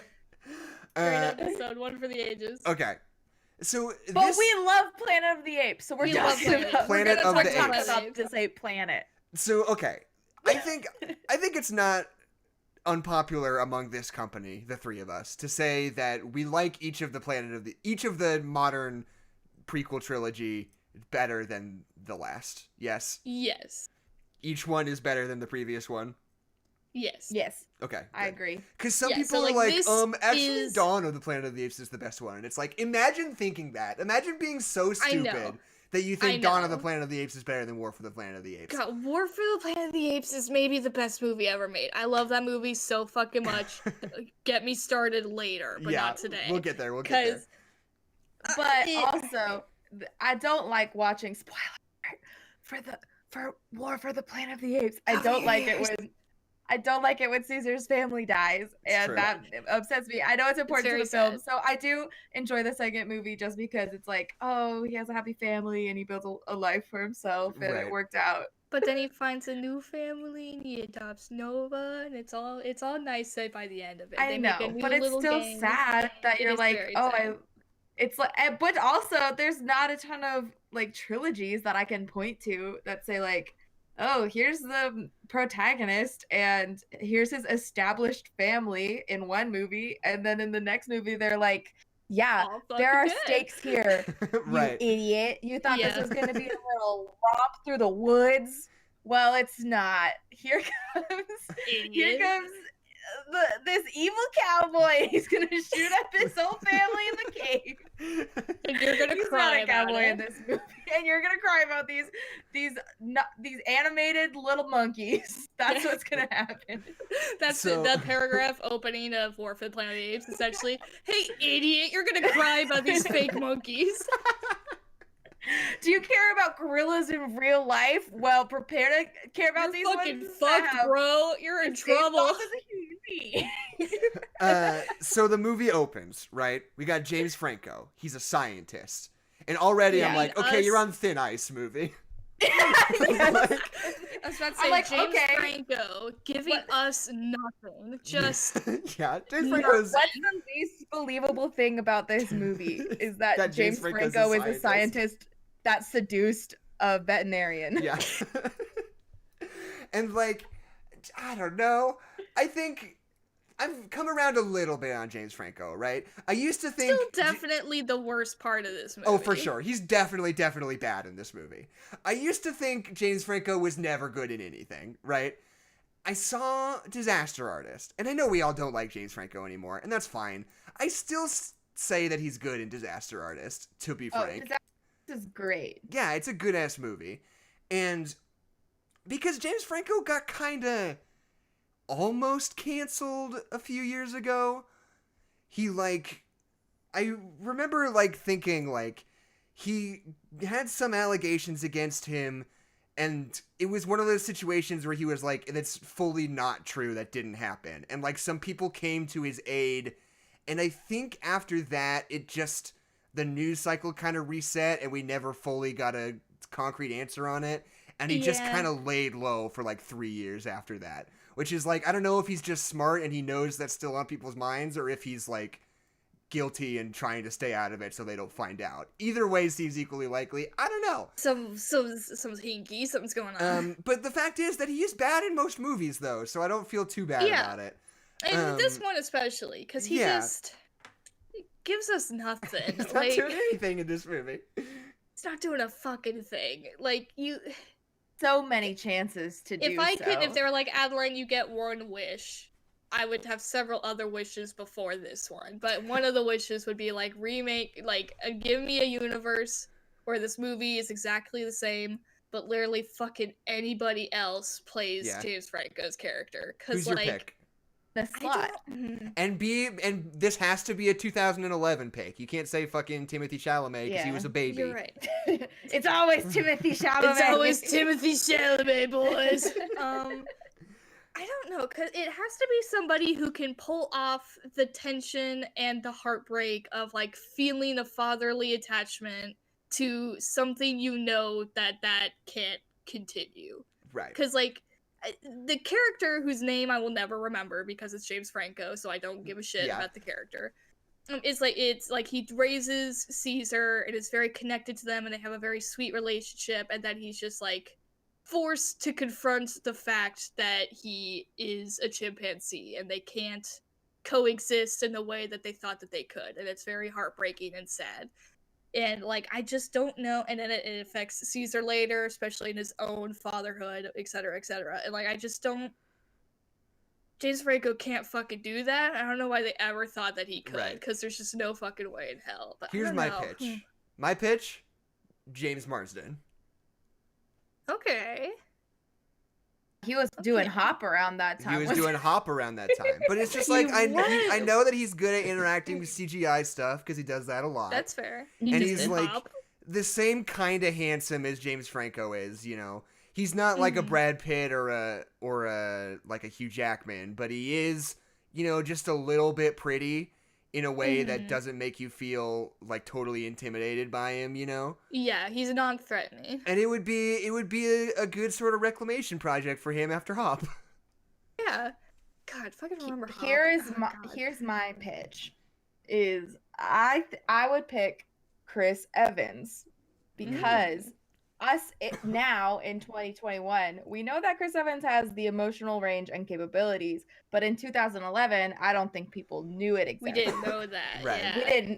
We didn't expect it of him. I think he would be really good in this role because he does have experience with the CGI elements, but I think that he also has that connection, father-son connection. He has the relational connections.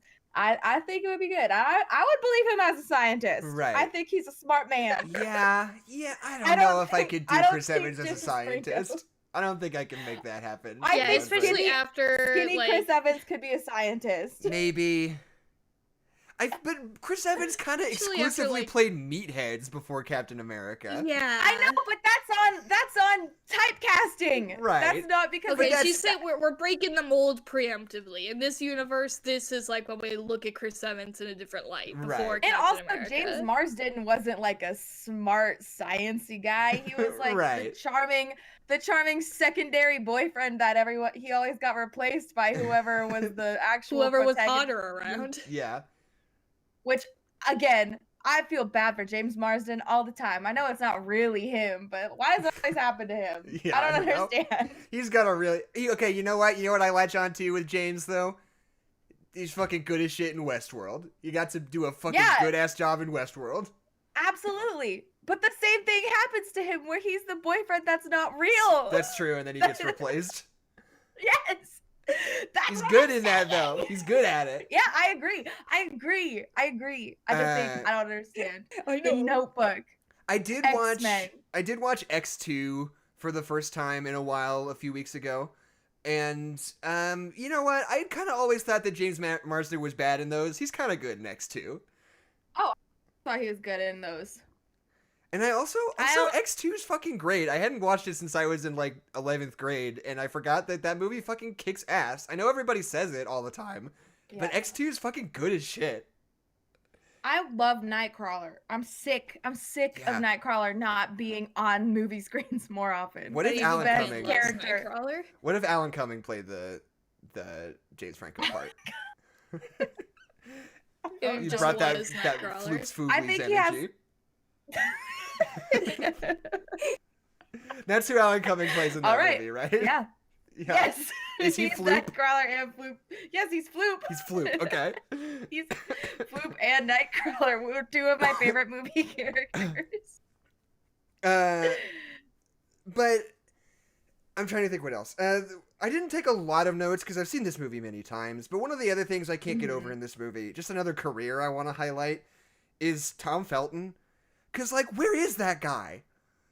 Like, what's he doing right now? And nowhere else. I think about that a lot, actually. Like, where actually is Tom Felton now? Yeah.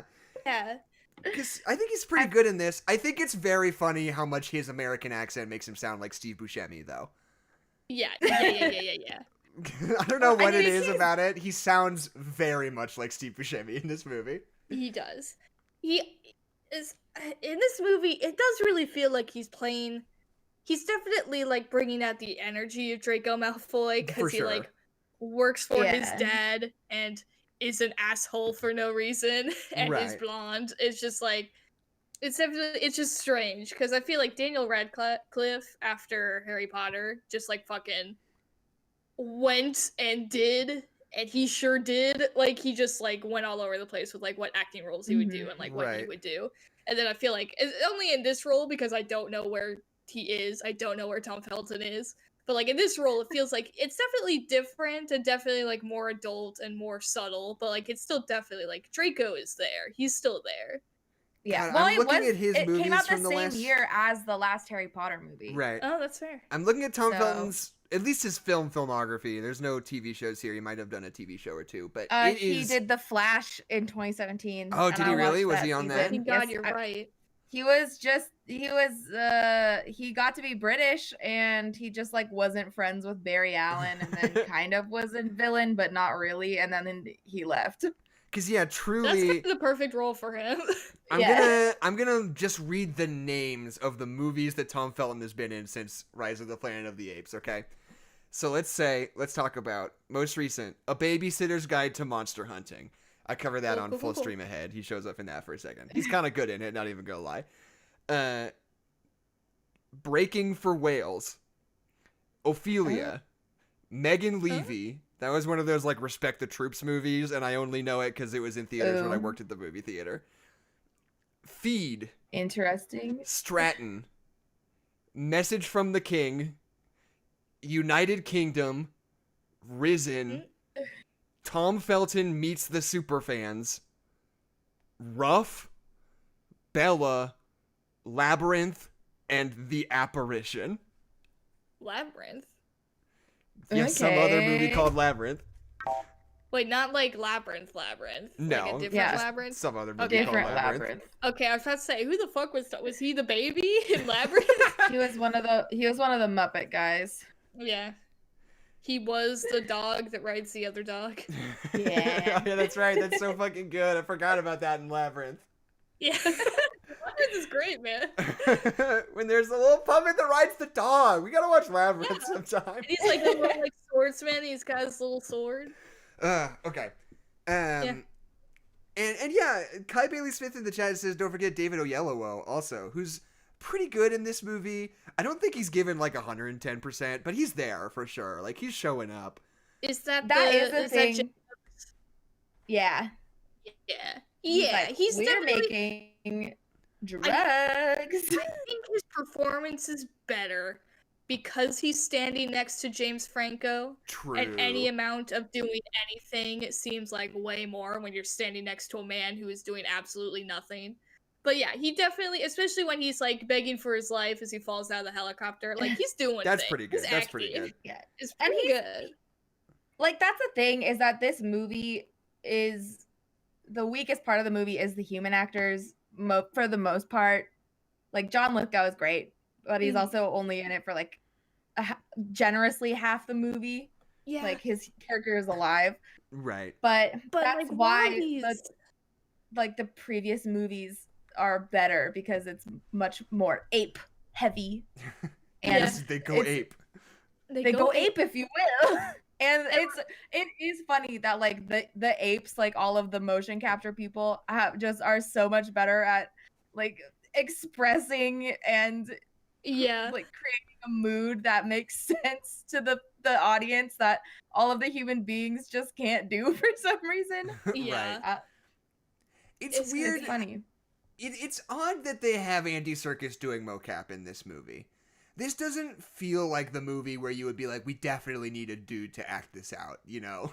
Like, I can only assume that they knew he was going to be more emotive and more human, like, as the movies went on, so they were, like, planning ahead. But, like, in this movie, nobody would have probably noticed if it were just an animated monkey, you know? Like, Yeah, it's it's just because weird. the Yeah. animation just like quite isn't there enough. Like especially as soon as we get to the second one, you really start to see Andy Serkis's performance a whole lot more. And then in the third one, it's just his performance is so fucking good, and it's Yeah. so fucking good. God, the fact that he didn't get an Oscar for So for good. the Planet of the Apes is fucking an atrocity. But in this movie, yeah, really, this movie I think is because this movie is great because it is a part of this series. It's a part of this trilogy, and it establishes ideas that we develop as the movies go on. Right. So, like, I love this movie because of the parts that it plays in the trilogy, but it has some fatal flaws. One of them is James Franco. The other is the animation. It's just Right. not quite there yet. There are times when they seem just like the gorillas seem like they don't fit into reality at all. Like Right. there's that shot where they're like running into the science institute and they like jump and break through the window, and they literally look like gifs that you would put on your website in the year 2000, you know? Right. Like it's just it just Yeah. especially like when we're looking at Caesar, his face is sometimes just a little bit weird, or he emotes a little bit weird. Like it's just not quite there yet, and it really does affect the movie a little bit. But then you get to the next two and you see Andy Serkis's amazing performance, and you forget that they're animated Right. chimpanzees, and it's great. Mhm. And I then my remember. Oh I yeah, can go ahead. I have like three like big things that I can go off of, unless you have a point to make. Well, I just wanted to say this is just sort of not a tangent, but just a different thing. I remember one time when we were watching this with our family, as we've done a handful of different times. I think it was our mom who asked the question, like, are there that many apes in San Francisco? Like, Yeah. how many, Yes. like, in real life, how many apes are there in San Francisco? And so we, like, did some Googling, and what we found was that it was an exaggeration, but not by as much as you would think. Because They have a big zoo. there are multiple zoos that both have a lot of chimps, and there is such a thing as like a privatized ape sanctuary like exists in this movie, but there doesn't happen to be one in San Francisco. So so it's, you know, it's fudged, but you know, so like there wouldn't be that many apes in San Francisco, but there would be like maybe half that many apes in San Francisco. Be a good amount of apes still. Yeah. I mean, it's also fudged that there's an Alzheimer's cure that will make super intelligent apes that can speak and form societies. Well, yeah. So I think that doesn't really bother me, especially when you get to the part of the movie where it's like apes running on cars, apes Right. jumping through windows, apes on a trolley train. Yeah. It's that like shot, apes that tipping fucking over shot where buses. they're on the street and you see all of the apes like running through the trees, and you just see the leaves coming falling, down. getting God, it closer. rules. It's just the coolest shot. It's It's so cool. so good. I would watch a whole hour and 45 minutes of just like apes jumping through different things. And then that running through shot where they're on different top of the building and they have those fence posts as makeshift spears, and Caesar Yeah, just like yes! points at a cop car. It's so Oh, fucking yeah. good. Is this? Yes. I turned off the movie right as the credits were starting because I was in a hurry. But remind me, is this the one where the credit sequence? Is it this or Dawn where the credit sequence is the virus spreading around the world and eliminating It's humanity? this one. It's the most effective credit scene. Yeah, that ever. is It's the so good. ballsiest credit scene of any movie in history, I feel like. It's so effective. It's It like, works so well. The movie's over, but just a heads up, humanity does fully get obliterated by the events of this movie. They said obliterate You're all like, of okay. humanity and the credits. Not even in an end credits scene, just in the animation in the credits. It's And so it's weird. so effective. You immediately know what happens. And so when the second one comes out, you're like, yeah, I already know humanity's fucked. I know, you told me. I completely understood. Right. They said you didn't like James Franco in this one. Well, he's we'll fucking fix dead it now. for you Yeah. before the movie's even done. Yeah. Don't worry about it. I remember they did something like that in Brightburn too, where they were like, that's the weird James Gunn produced movie where it's like, what if Superman was evil? And it was like Chronicle, but not as good as that. And then at the end credits, it was like, anyway, then he's evil and he destroys the world, like in the credits. And I was like, that's weird. And Bad Guy by Billie Eilish plays. Fuck yeah, dude. What if Bad Guy by Billie Eilish played at the end of Dawn of the Planet of the Apes? Or Rise of the Planet of the Apes? He's the bad guy. He's the bad guy. Duh. Bad He's guy. not. It's more nuanced than that. Taking care of his species. That's important. What Well, if you that's what did I what if love. you did a parody of Bad Guy that's called I'm a Complicated Figure? duh. It's about like It's a gray area. it's about like Steve Jobs or something. Yeah. Oh. What about who's the Microsoft guy? I always forget his name. Bill I'm so Gates. bad at names. Bill Gates? It's like, yeah, because he's like a billionaire, but also donates a lot to charity. It just donated like $1 billion to COVID relief. So it's like, I fundamentally think who you are should not exist and it's a bad thing, but you're also doing good things with it, so I don't know. And Billie Eilish is like, he's a complicated figure. Duh. It'd be really good. Yeah, it's really good. I do like in this movie, I like how the sickness is handled, where it's like, you know that "Oh Hello" bit that John Mulaney does, where they talk about how they represent someone being sick in a play. And they just Right, go, a bloody handkerchief. It's okay, Giuseppe. I'm gonna be okay. And he coughs, and then he turns and shows the handkerchief, and it's just bloody. And he goes, "He's not well." Yeah. Like, that scene transpires during this movie, where he's obviously exposed, and they're taking very many precautions. So they probably would have been like, "Oh, we should probably keep an eye on this guy. This is not good." And instead, he just goes all over his clipboard, and it's like, "Okay, bye. I gotta go. Sorry." This is the worst research institute in the world. First of all, nobody in this whole movie can decide what is okay and not okay to feed apes, because they keep giving them like cookies and corn and soda, and I'm like, fucking stop giving them these things. There's no way they're feeding them junk food. Yeah, and the biggest kind of CinemaSins-y plot hole, but it really, like, it is genuinely just so distracting.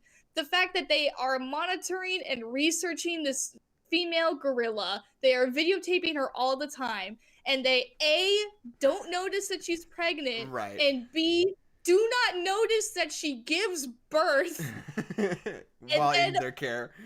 While in their care, and it's just like, that is the one, like, that is like the biggest like plot hole that like genuinely takes me out of it. Like, you guys are just the fucking worst. You don't know what the fuck you're doing. No, it's pretty heinous. There's no real way to explain that away. It's like, it doesn't make any fucking sense at all. Yeah, it's like, oh, we're monitoring her brainwaves all the time, and we didn't fucking notice she gave birth, and that there was another chimpanzee in that same little enclosure. We just fucking didn't notice. They could have done. Why wouldn't they just be like, "Oh, she gave birth, but we ran out of funding, and they don't care about this." They joke. Where it's like, oh, we have to take the baby away from her. Blah blah blah. Yeah, or something. Like, they're like, your trial didn't work because this one ape got really mad, so we had to kill all of them for some reason, and also we're not going to research Alzheimer's cures anymore, I guess. Right. Well, it's one of those things that's like, I almost feel like I would like it better if they just had like some lazy bullshit response to it, where they were just like, we were so busy looking at the brain, we didn't even think to check the body. I'd be like, all right, fine, whatever. Sure. I'd be like, that doesn't excuse part of it, but like, it's fucking whatever. Yeah. And I feel like it's just creating drama, because they're like, because Caesar's like, "Where's my mom? She's dead, Caesar." And that's your tragic backstory. Just like every woman in this movie. Yeah. Well, I mean, also the rest of the Earth, Adeline. Yeah. No, I gotta. I guess I don't know. I guess literally every woman, I suppose. Yeah. So fuck you, Jackson. Who's the woman in Dawn? Isn't it like Carrie Russell or someone? I don't remember who it is. Who matters? I know Judy Greer is exactly. It doesn't Caesar's matter. wife. Yeah, no, she is. Well, so here's the thing. Here is my Galaxy Brain big take about this movie. Is that, and I said this on our podcast that got deleted. And I think this movie is a symptom of movies about humanity that do not include women in any effective way. Right. All of the women in this movie are either mothers or girlfriends, and that's all there is. There's like some scientists in the background, but that doesn't count. Obviously, some of the chimps are women. That's not what I'm talking about, like as characters. And what's weird about it is that Maurice, the orangutan, is played by a woman, but the character is a man. Right. And my galaxy brain take is that Maurice should have just been a female orangutan, because there's no reason for him to be a man. He often plays like this like child caring role. I think he should have just been a woman, and we could have a woman in the cast, and I think it would be effective, and we would lose nothing. I think, yeah, But I mean, this the thing about it is that women be all the- these movies are sort of built around this, like, very Shakespearean, very classical, like, almost like Greek theater-esque, like, tragedy format. Mhm. And I feel like they're, not that I'm excusing it, obviously, but I feel like what they're Yeah. doing is they're trying to, like, make it fit into the genre trappings of that sort of thing, which is very much about, absolutely. like, strong men going off to war or whatever, you know? Oh, absolutely. Um, I think Caesar as a character 100% is a male and should be a male character. Like the themes that we're talking about, like especially with the Shakespearean themes, it is absolutely about like male leadership and war. Like it's very much a male character. But even in Julius Caesar, like Brutus and Caesar have like whole scenes where they just like talk to their wives about what's going on, and they Right. like they're like Caesar and Brutus's wives are very prominent characters in Julius Caesar. And the fact that Caesar's wife in the Planet of the Apes literally does nothing and then Right. dies really rubs me the wrong way. But Especially consider- because we're talking what? consider, it's Judy Greer, though. But she does nothing. She says like two It's true. lines. I That's want totally more true. Judy That's- Greer. That's the opposite of mean, an argument. I want more isn't Judy that- Greer. That's what always happens to Judy Greer, though, is that she gets put in the same role where she's like always the divorced mom. Yeah, I but, don't know like, why is Judy currently Greer is, going like- through a divorce. Hollywood's go-to MILF right now. Yeah, But not MILF. It's just mom who's currently getting divorced from your Right. dad off screen. Yeah. That's not a MILF. But Yeah. she's hot, though. She is. She's hot while But she's it's doing just- all that. I know, but like it does nothing. I just don't understand why she can't be in the movie. Like, why are Right. you putting her in the movie and then she's not in the movie? She Yeah. like in so many movies in this like decade has Right. just played the same exact role. I Because don't. she's I she's the love wife her. in these. She's the ex-wife in Ant-Man. Is she the Uh, mom in Jurassic World? She's the mom in Jurassic World too. Right. Yeah. Oh, I forgot about that. Yeah. And there's something else Oh. I'm forgetting. Oh, in There's probably Halloween. 1,000 other ones. She's Jamie Lee Curtis's daughter yeah, in she's- Halloween. I guess she's not a Mhm. mom. Is she? Yeah, she is. She's like. Yeah. She is a mom. She's but like one of also the a leads daughter, of the but in movie, that- but yeah. Gotcha, But like gotcha. not in a way that she's on screen for. Yeah, in Halloween. I don't know. It's been a while since I've seen that movie. Maybe I'm just remembering more because I like Judy Greer. But We did a podcast about it. no, I mean, the she new was Halloween. in it, but She's not in the but it was- 1977 Halloween movie, Adeline. She was I don't know like what the 4. fuck's yeah, I've had a no. lot raring and loaded to go because like that's my big take. I think the series as a whole needs more women in it, especially because we're like doing this like dramatic thing about humanity, and there's just like no women there, and that's 50% of humanity, and they're just not there in any way. Because we have Nova in War, and I love the character role that she plays, and I love what she does, and especially her character relationship with Caesar. And in War, we also have his son's girlfriend who plays a role for like a minute tops. She does some stuff and then disappears again. But like, yeah, just on a whole, I think that there are effective and cool ways that we could have incorporated women that still fit within the theming of like the Shakespearean kind Right. of environment. I think it would have been effective. And I watched this movie so many times, and there's this one weird little story thread that I've tried to make sense of so many times, and I still can't figure it out. And it's the one with Cornelia, the little baby female chimpanzee. Because they draw such specific attention to her that I think it's important, but I can't figure out what they're trying to do with her thematically. Because Draco Malfoy brings in his friends and the hot girls with their drinks, and we're showing them how terrible they are. And they make a point of showing you Cornelia, the little baby chimpanzee, and she's adorable, and she's like hugging a little rocking horse. And they're like, yeah, she's cute. Anyway, and then they move on. And then later, when they're breaking all of the chimpanzees out, we see that she's not there anymore, and she has a Genesis tag on her cage. So it shows that she was intelligent enough, or blah blah blah, that they took her to Genesis to be part of the group of chimpanzees that they experimented on. But then when we go to the lab and break all of the chimpanzees out, we don't resolve that in any meaningful way. Like we don't like break Cornelia out and Cornelia's here now. So like the way that I used to interpret it was that she died somehow because we try to set her out the second that she's like we try to set her free, and then we go to set her free after Caesar has just killed somebody. So I always think, oh, she's missing, she's dead. That's a metaphor for Caesar's death of innocence. So this baby gorilla not being anymore represents that.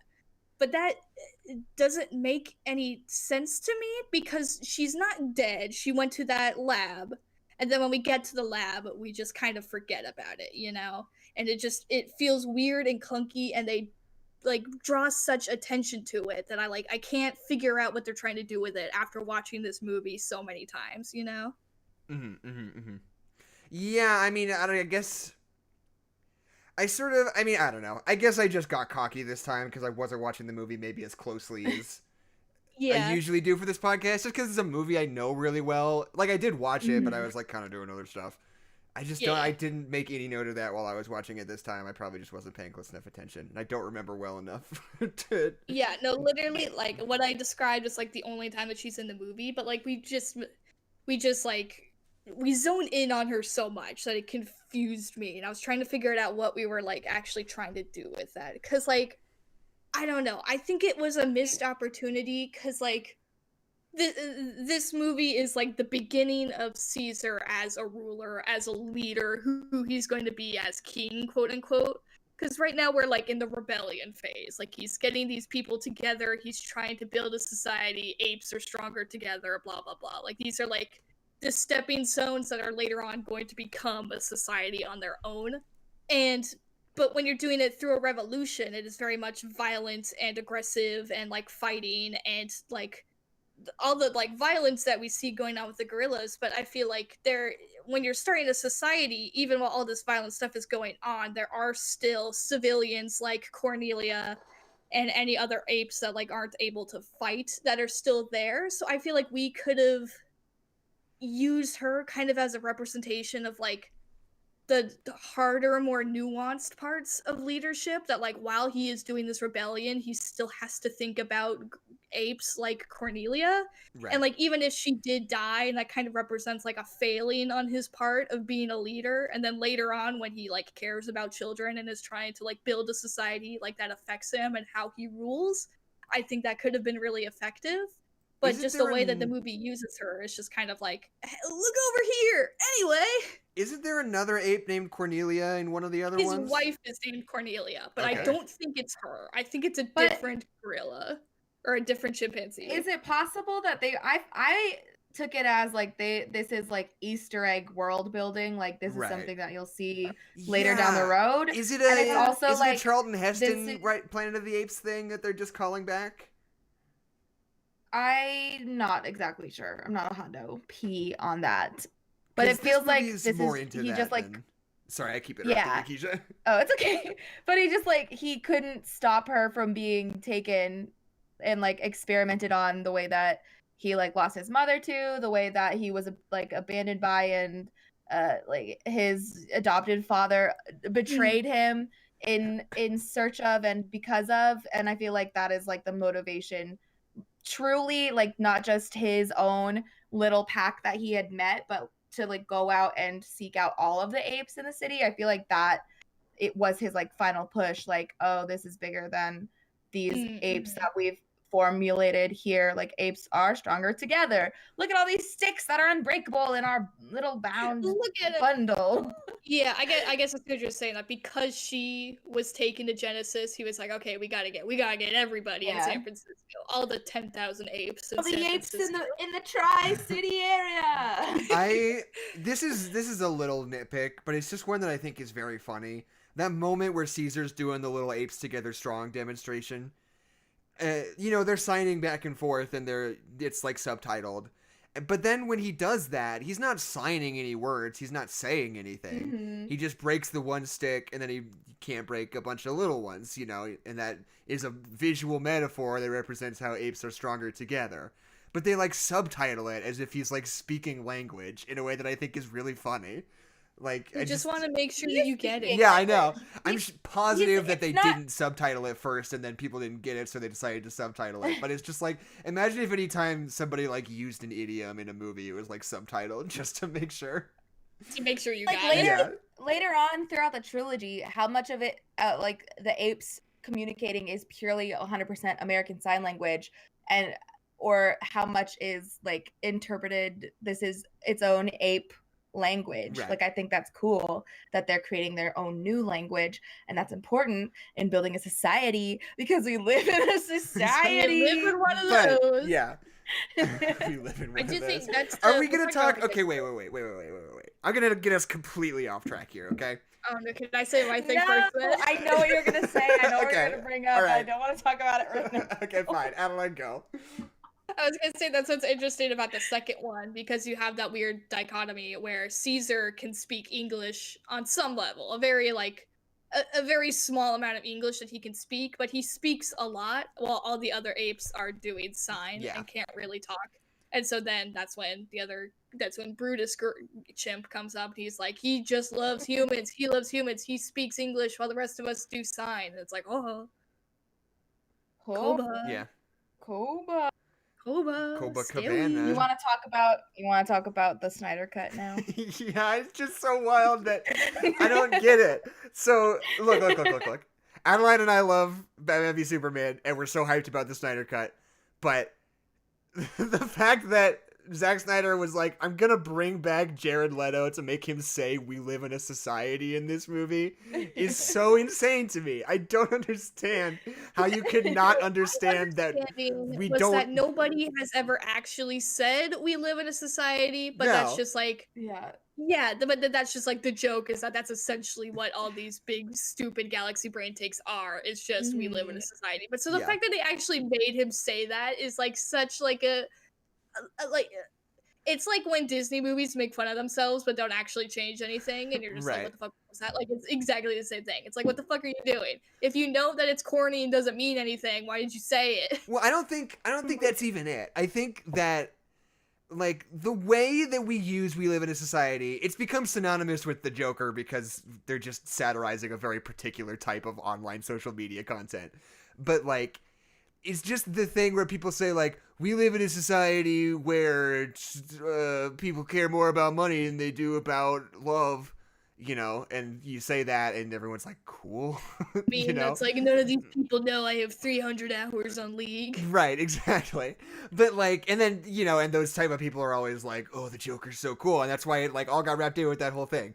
But like, clearly Zack Snyder has like in some way seen or heard that like that's like a whole internet thing, is the Joker saying we live in a society.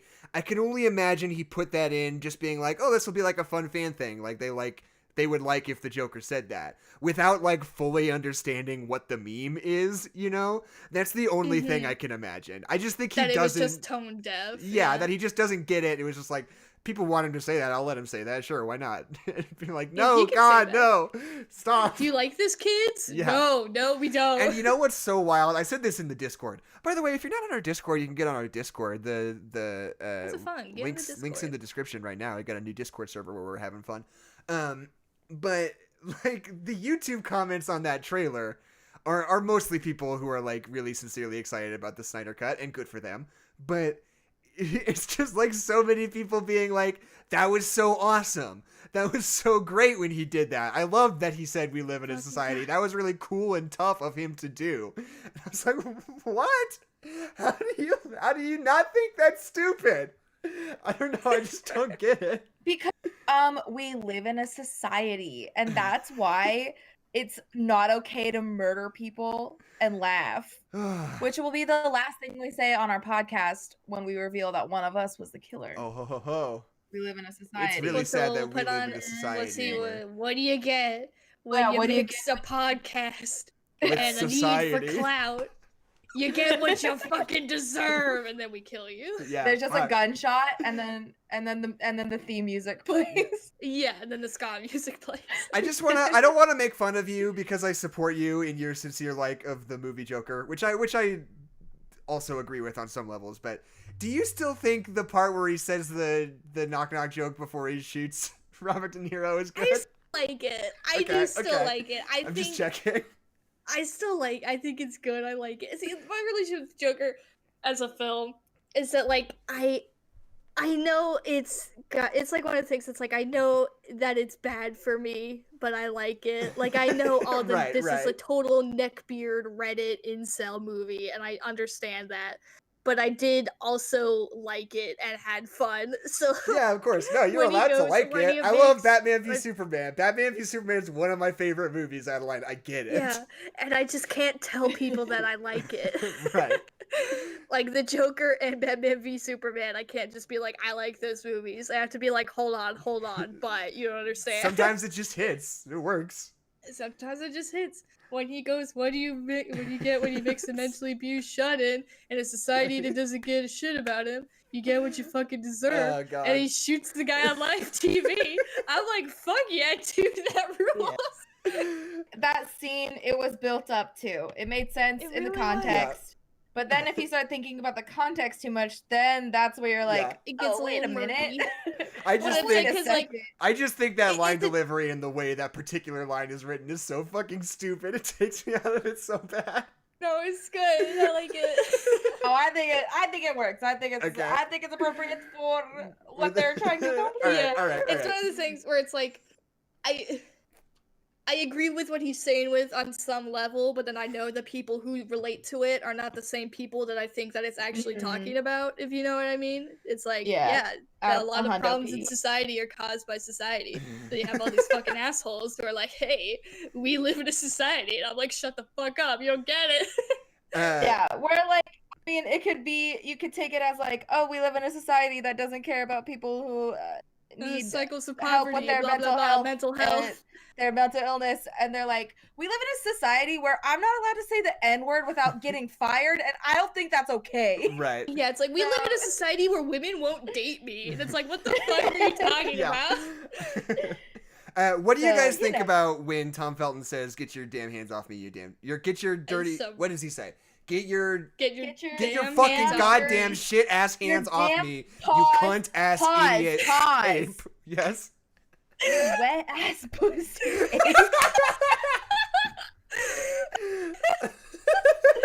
Mac and cheese in this slop in your food for the corn and your cookies. Pussy. I don't know what's happening anymore. That's a wet ass monkey because he shoots. Anyway, you know the famous line from Wet- iconic. one Wet-ass of the wet ass ape. Uh, I think the first time I saw it, I was like, wow, I can't believe that, because callbacks. right. And then for a little while I hated it. I was like, that's so lame. Ugh, that's so stupid. And now I think it's fine. I'm think it's kind of hilarious. mixed on it. I think it's good. I don't think that the line reading is very good. It feels very Mhm. unnatural and obvious. Yeah. I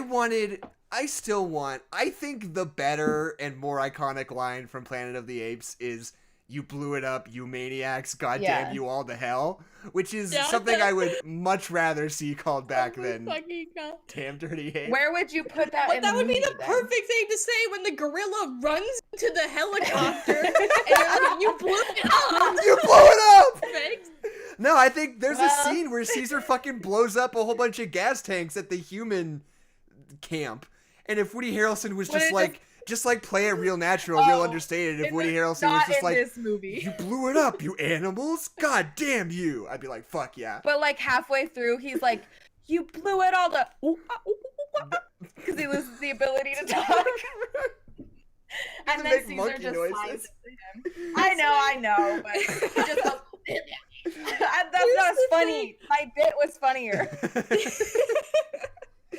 God, that's the thing about the original Planet of the Apes movie, where it's been a long time since I've like actually sat down and watched that movie, but where End of the movie, something happens. They're like, all right, all the monkey scientists are like, all right, human man, take your girlfriend and get out of here, I guess. And he's like, dope, I'm gonna bounce. And so they get on the horse, and there's just a really long montage of them riding that horse on the beach till they get to the Statue of Liberty. It just like kind of sunk into the sand, and he goes, "You animals! You blew it up!" And it's like they didn't. They didn't blow it up. Yeah. It's right there. What did they blow up? Imagine James Franco yelling that, and I can imagine that very vividly. Oh yeah. For some reason, that feels right. Imagine James Franco yelling that, but as Tommy Wiseau. Whoa, there you go. Wouldn't that be better though? Wouldn't that be pretty good? I still think that's among the greatest line readings in cinema history. Where Charlton Heston is like, "God damn you all to hell!" So fucking good.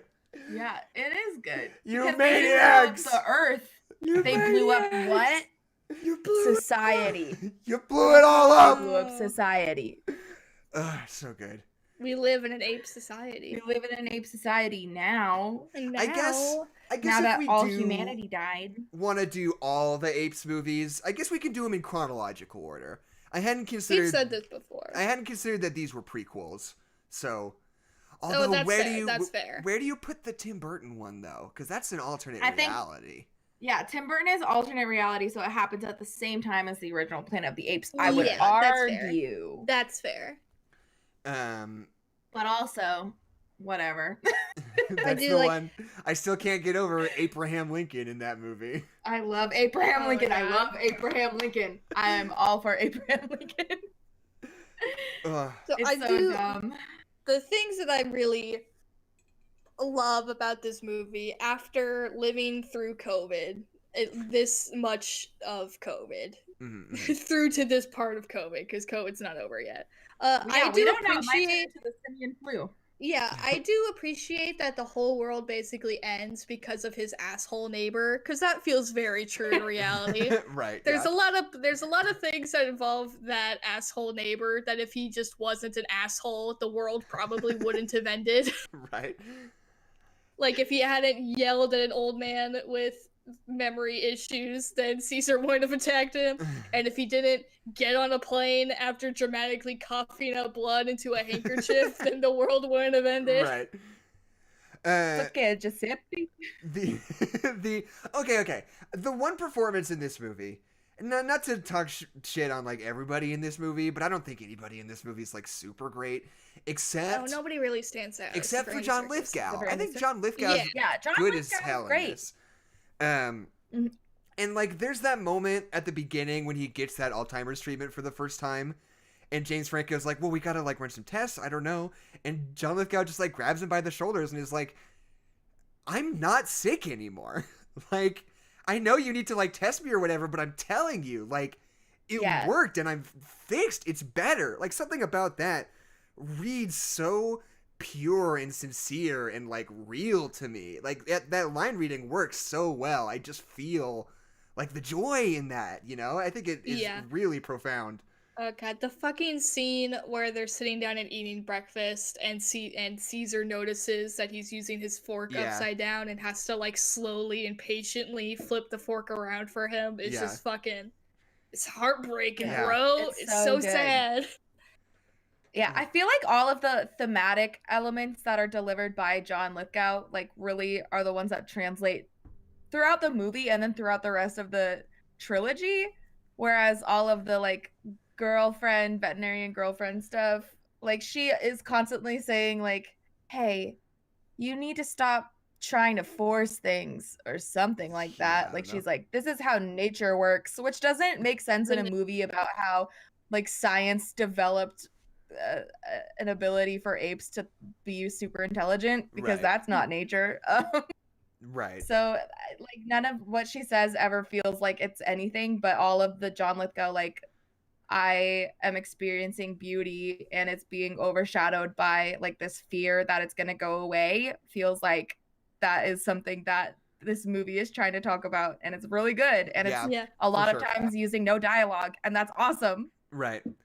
And we gotta say also, the moment where Caesar speaks, where he says no, fucking kicks ass.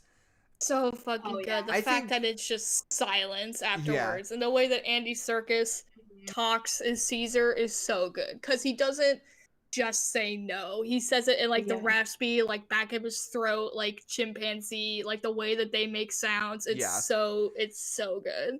I feel like that is truly like the moment that kind of made this movie a hit. Oh, Because absolutely. I think this movie is like pretty good, and like in the like general culture, like outside of that, I think it's like a pretty good movie that people like. But like, I feel like that moment in particular is like what really got people talking, what like really put butts in seats and was like, this is the proof we needed to make a couple more of these, that we like want to do this franchise. You know, I feel like that is like truly the particular moment in this movie that just like caught people's imaginations, because it's just, it rules. It's so good. It's so fucking good. In history, like most movies are being made, not most, but a lot of big blockbuster movies are being made with the understanding that there is franchise potential behind it. Right. So I really love that this movie isn't like, all right, let's show them everything we got right now because we want to make sure that people like this movie. Like it's a slow burn, but a slow burn on purpose. Yeah, for sure. And it still delivers all the time. I feel like the way that this movie handles being like, obviously they knew on some level that they were doing some kind of a series. They were going to get some kind of franchise out of this. Yeah. But I have so much respect for just like saying like, we're just going to make a trilogy around this story and that's it. And we're going to tell the story of Caesar and that's what we're going to do. Like, it just like, it feels like a franchise in the least corporate way possible. Like, I feel like it builds on itself. They're not like, oh, spoiler alert for the next one, or here's a cliffhanger that leads to the next one. Like, it's kind of just like, I feel like every movie does kind of stand by itself, but they're so much better because they're a part of the trilogy. Like, the ending of this movie ends with them like being in the forest, and then over the end credits you see the rest, you see society like collapse. But like, that could have been the end. It could have just been one movie, because like, we know Planet of the Apes exists. So they society broke down and then Planet of the Apes happened, and it would have been fine. But the fact that it continues into the trilogy so naturally while being able to stand alone is just so nice. Like, it doesn't feel like corporate, like, series by Caesar Toys, you know? One of the few things that I think was actually very good about Disney buying Fox was them shutting down Andy Serkis's fourth Planet of the Apes movie. Yeah, honestly. Because Like, he just Andy, kept saying he was ya. going to do that. And everyone was like, why? And Don't do it. No. And like, don't. Yeah. And he was just like, no, we'll make another one. We'll make a fourth one. Like, I mean, Caesar won't be in it because he fucking died, but it'll be like same characters, the same world and stuff. Just like another one. And it was like, fuck that. It's just no. them, but this time it's just them like gardening. Like, yeah, it's just I them guess. having a nice, fun society. I would watch that actually. What do you guys think Disney's going to do with Planet of the Apes? I see there are two possibilities in my head, and one of them is the thing. I feel like this trilogy was like, this isn't your dad's Planet of the Apes. We're like doing like heavy like thematic stuff, and like we're getting like deep with it. I feel like the next step, unfortunately, is like Muppet Babies, but it's Planet of the Apes, where it's this isn't your dad's Planet of the Apes. This is your baby brother's Planet of the Apes. What? Where it's like because you know that animated Lion King show that like kind of has a plot? That's what I imagine. I don't think that's what they're gonna do. But it's already made for children. That's what I'm saying, though. That's what I'm saying. I think that's one possibility. Right. And I think like the other that. I actually really possibility love that. is a limited TV show. Right. Like, I 'Cause think that's what we've very seen much with Alien. That was their move with Alien. Yeah, I think that's very much a possibility to be like on Disney Plus, like a limited series, Planet of the Apes, telling a story of the Planet of the Apes. I totally see that coming. I think that, yeah, I mean, I don't know. It is just a weird property in a way, because it doesn't quite function in the same way that like most blockbusters and the way we think about them do, you know? I feel Yeah. it doesn't have like particular iconic characters that you can spin out. It doesn't have like a particular iconic like design or setting. It's a very malleable franchise. Like Alien has the alien, you know? And like Yeah. what's important is you get the alien in there. But with Planet of the Apes, like the core of the franchise is just kind of like there's apes on a planet. You know? Figure it out. And it's like I don't know if Disney knows what to do with something like that, you know? Mm-hmm. At least right now. I I mean, feel they'll like Jackson, what? Jackson, do you remember the Planet of the Apes VR game where you're a chimpanzee with a machine gun? Are you mega sure that was actually Planet of the Apes branded? No, it was Planet of the Apes because I saw the commercial on YouTube and I was like, what the actual fuck? I'm gonna look it up right now. Yeah, I'm looking it up too. minutia of Planet of the Apes doesn't matter. Like the part that matters is like the beginning that we've seen, like developing, separating from human society. That's cool. I'm glad we explored that. Right. And then having a society that is like so structured and already established that humanity then re-enters and like sees all of its flaws reflected. Right. And the fact that it's too late, like those are the important parts. Like I don't want to see like 10th century AD ape edition where they're trying to figure out democracy. Like I don't care about any of that. Like it's just humans but apes. I don't care. Right. I think it's decently likely that they'll just do a reboot. They'll just be like Planet of the Apes, and it's like kind of they get like Chris Evans to be Charlton Heston, and it's just like a guy visits the planet, and it turns out it's Earth at the end, and you're like, okay, yeah, cool, and maybe it's good. Who's to say? Just like some kind of Trump parody, probably. Yeah, probably has something about Trump in it. But like QAnon, I think it's also monkeys. I mean, I guess I don't know. I don't know how they do it, but they probably will. But that's the other thing is that Planet of the Apes, more than most other like major franchises, has like a weird relationship with canon. You know, there were like 5 old movies, and there was a reboot, and then there were like some like kind of half prequels that like set themselves up as prequels, but are not like fully canon to the original ones. You know. And you have to be like, do we try to continue one of these or like make it connect to one of them somehow? Or do we just start our own thing brand new? Like, how do we insert ourselves into this weird structure? You know, it does feel like, I feel like the Planet of the Apes movies and the way that they deal with them really does feel like comic books in a way where it's like, we could just tell a story, and it's like it's based around these lines. It's like every Spider-Man story is going to be different. Spider-Man could be totally different and still be Spider-Man, you know? Like I feel we could just tell whatever story we want in Planet of the Apes, and as long as it's like about apes and humans and this kind of sci-fi reality, then like that is what it is. Like if Disney just came up and we're like, all right, we're doing a Planet of the Apes movie, and it's just like fucking whatever we want, just like a new story of new apes like doing a new thing, I'd be like, that totally cool, totally fine with it. And this time it's Mount Rushmore, but they're monkeys.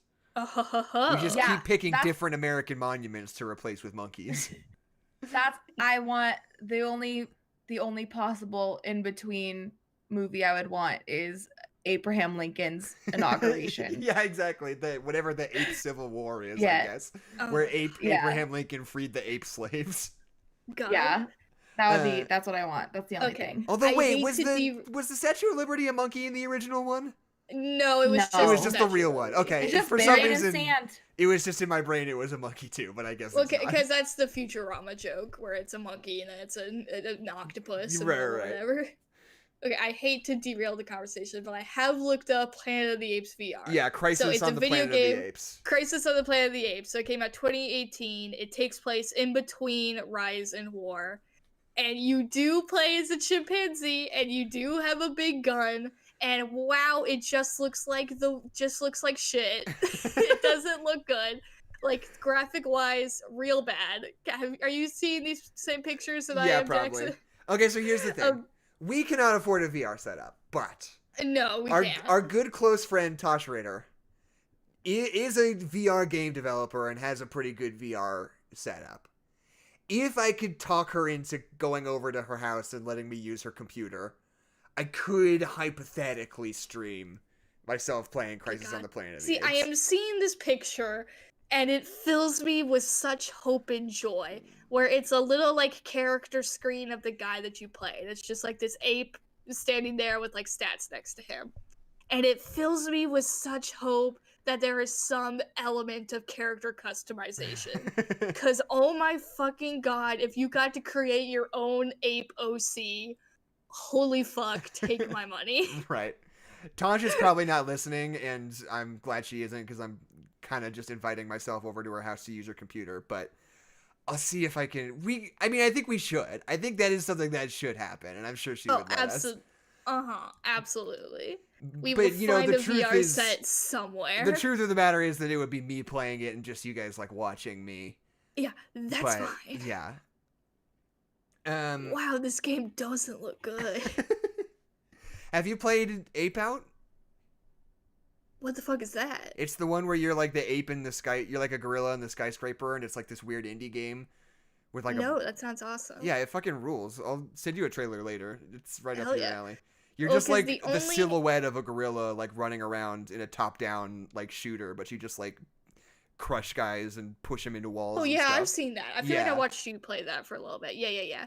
The only gorillas in video games that I know about is that in Fallout 4, there's like one area that's like guarded by gorillas, and that's like it. But here's the thing, I fucking can't stand playing Fallout 4, so I've never seen them. I've just been told of them by my friends who have actually beaten Fallout 4. Right.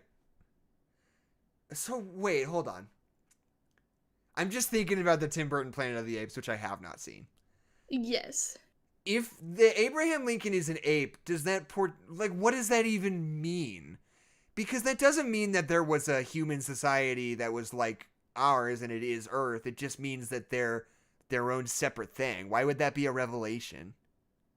Because a meta commentary. It's not like, oh, this was supposed to be Earth. Like, you expected it to be Earth and it wasn't our Earth.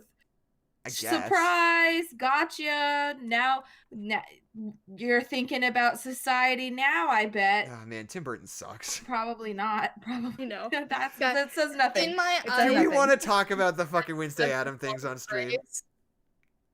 What? Wait, what did you just say? Say it again? I didn't hear you. Oh, I just said, do we want to talk about the fucking Wednesday Adam things on stream? I mean, I just don't have anything to say except, God fucking please don't. Yeah, just for people who don't know, Tim Burton is signed on to write and direct a 8-episode limited series on Netflix about fucking Wednesday Addams. And it's just the worst idea ever, and I hate it so much. I really fucking thought that we were done with the Addams Family. We gave them a musical, we gave them an animated movie that nobody saw and or liked. Yeah, Nobody saw it. Like, I thought that we tried and we didn't get anywhere and we were done. I thought we were done with the Addams Family. I cannot fucking believe that we're gonna get quirky, not like other girls, Tim Burton in on Wednesday Addams. I can't do it. But oh, go ahead, Kezia. Ooh. Oh, I was just gonna say, yeah, like it's the least surprising thing in the world, and it's gonna be so bland and boring. And we've already seen it happen 1,000 times with 1,000 other. It's just gonna be skinny, pale white girls, and I don't care. I don't care about it at all. I don't care. But consider, what if it's good though? The Headcore Productions just made a comment that I really like. It was, I hate it here, and I'm tired of Tim Burton. If it is good, this is what I think it needs to do to be good. It needs, I don't even know. It needs to be surprising somehow. Right. But it seems like the least surprising thing is Tim Burton wanting to do something with Wednesday Addams, because it seems like all of Tim Burton's female protagonists are Wednesday Addams inspired, no matter what. Yeah. Well, and it's like, I don't think people understand what makes the Addams Family actually like what people actually like about them. Like, we like that they're spooky and they're kooky, but like with the original like Creepy and they're comics, kooky. they're creepy and they're and they're kooky and they're just a poopy. little bit spooky.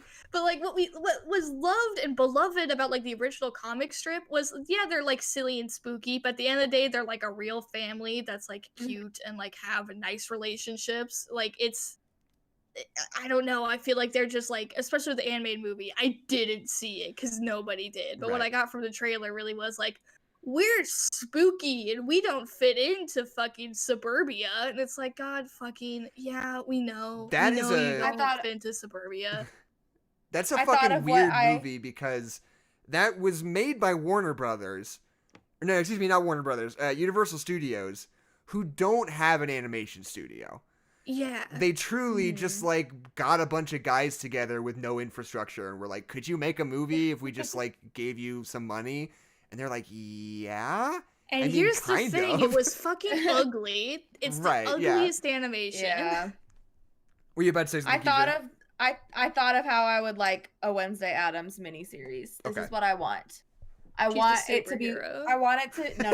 I want it to be Wednesday Addams with the spirit of Emma, in which she is like a socialite that is constantly trying to like couple people up, but in like a really dense way, in which she's like she doesn't see what she's doing, is manipulative until like 7 episodes in, and then she starts Right. to correct her wrongs. And But she's in a like in a quirky Wolfman way. and Stacy from English.